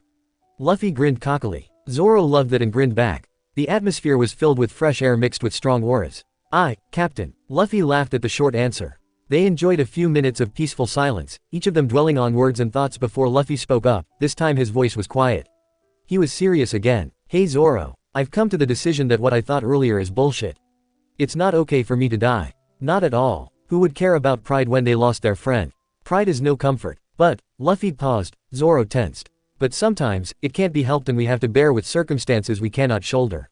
Yeah, that's just how it works. I've thought about stuff, too, you know. Zoro said, and his voice sounded a bit stronger. Luffy smiled as he saw the fire that returned to his first mates. Yeah, Luffy replied. Things like death happens. But Zoro, I think it's nice to see your own breath in the air when it's cold. I love the feeling of snowflakes melting on my cheeks. I like the way the wind ruffles my hair, and I like seeing the sun up in the sky. I adore how vast the sea and the sky are, and it makes me feel as if there's always something new, something that seems unreachable for me to discover and explore. I believe Ace loved that, too. And even though he's dead, even though my only other brother in the world died, I will live for him. Living is much harder than dying, but I'll prove him in the world that I'm not afraid to enjoy the things I like about life. I will laugh for Ace, I will cry for him, and I will dream for him. That way, there's no one who can take him away from me. Zoro was left speechless. Where had that come from? He couldn't form words as his mind was busy progressing Luffy's rare burst of wisdom. It only showed that Luffy wasn't as dumb as he made everyone believe him to be. This was the answer Luffy had come up with after 2 long and lonely years, and to Zoro, it sounded great. Then, as the words slowly sunk in, he looked at the ground again. He knew what Luffy said was true, and he should have gotten used to it the day Kuina tumbled down the stairs and broke her neck. Still, he was just human, and even Zoro had his weak moments. Moments of doubt, uneasiness. Moments where he craved for some sort of comfort, even in small words. But he also knew that Luffy had seen far more than people older than him had, and he had to bear with things he didn't deserve. On the other hand, Zoro knew if there was someone who could deal with it and still see the blue sky above him, it was Luffy. He was glad he could talk with Luffy, and he thought he understood him a little better after this. Though, now that he finally considered the whole situation, it might be a bit creepy to talk to such a wise Luffy again. After all, this moment was kinda awkward, and Zoro snorted all of a sudden. I have to admit, even you have your bright moments, he said good naturally, and Luffy could only laugh about that last comment. Not really. Shishishi. A loud yawn followed. Zoro smiled fondly at his captain and stood up. Go to sleep, idiot. I'll tell the crab cook to fix you something to eat when you wake up. Ooh, thanks, Zoro, you're the best. Luffy got up and Zoro followed him into the men's quarters. Idiot. Zoro muttered under his breath but couldn't hide his smile. The oh-so-wise Luffy had disappeared as quickly as he had come, and now the old, silly and immature Luffy was back.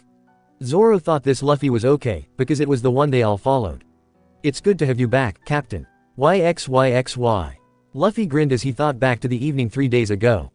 Zoro had acted as though their talk hadn't happened, but that was okay since Luffy hadn't really expected him to say anything further on this matter. There was no need, everything that had to be said was said. Luffy supposed things were finally the way they used to be. Though, one really alert person with sharp eyes would notice a few small changes.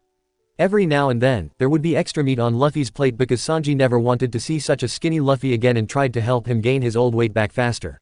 When he had seen how thin Luffy had gotten, Sanji had been painfully reminded of his own past. And it just didn't suit Luffy to be so skinny and strength-less, not at all. Also, when Luffy began to beg for snacks at random times again, the cook didn't throw him out of the kitchen. He just wordlessly handed him an already prepared lunch packet and Luffy knew Sanji was satisfied whenever he returned the empty packet minutes later. Nami didn't yell at him so often for being so loud while running around the deck, because she couldn't get the image of a completely still Luffy out of her mind, and seeing him moving full of energy was quite calming. So, instead of fuming at him for yelling, she leaned back and listened to him sprouting his energy around. Frankie didn't miss a minute to remind his captain of how super everything was, because when Luffy was sick he had missed that chance and he wanted to remind Luffy that he was happy to be part of this journey. Luffy probably already knew that, but Frankie just wanted to make sure things were clear. He was a Straffut pirate till death. Zoro pretended to be asleep more often when in reality he watched over Luffy during the nights. The swordsman would lie awake and listen to any disharmony in Luffy's soft snores, and perked up his ears at any sharp intake of breath because it could hint another nightmare. Then he would walk over to Luffy's hammock and wake him, telling him not to snore so loudly. Zoro couldn't forget the fact how deeply hurt Luffy actually still was over his brother's death. The way he had desperately called out Ace's name during that night made Zoro still shudder. Chopper never missed a second to play with Luffy and Usopp. They often played silly games, laughed a lot and behaved incredibly childish, but who cared? Chopper had nearly forgotten how it was to be able to share their laughter and smiles among each other. And he loved every minute of when Luffy laughed. It fitted his personality much better than lying so quiet in bed. Robin had been shocked how quick she had withdrawn herself from the crew the moment Luffy fell sick. Recalling the day he and her other friends rescued her from her darkness clearly, she smiled. From now on, she wanted to make sure to always keep her heart open for her family. She didn't want Luffy to suffer because of them ever again. Usopp was a tad more thoughtful than before. They all shared a bond that had grown stronger, and in the middle of it there was a tight knot to which everyone else was attached to. The knot was their captain. The sniper looked back and promised himself to always tightly secure their rope, so that this tangled web of friendship never dissolved itself like it nearly did. Whenever the air seemed a bit more tense, Usopp would begin a random tale to lighten the mood again. Brook swore to himself to never dwell in the past again and let it take control over his mind. The skeleton reached out to his violin, playing a happy tune. Living in the past or pounding on what might happen in the future would do no good. The only thing in life they had control over was the present, so Brook would make sure to seize this chance. He would never forget the face Luffy showed them the moment they came back to him. It had been full of love and affection. It was great. For all of them. Even though they tried to pretend it never happened, they couldn't completely hide some insecure feelings or how they sometimes worried more than before. But then, it didn't matter anymore. It was okay to show a little more of the care they held for each other, just to make up for the past week when their bond of Nakamaship nearly tore apart. It showed them how much their own doubt had affected the whole crew plus their captain. The crew suddenly were much more aware of the fact that Luffy depended on them just as much as they did depend on him. It made them feel special and it wasn't a bad thing to be reminded of it. Maybe they had to see the good side to this whole catastrophe. It made them stronger in every aspect. Never again would they allow their own pity to take over their souls because in the end it only destroyed and never helped to fix something. It was okay to pause and cry, to waver and feel insecure. They were just human, but they would always listen to each other and make sure no one was suffering alone. Some things couldn't be changed, but the way they felt about them could be. And in the end, their strong friendship was the one thing that saved them.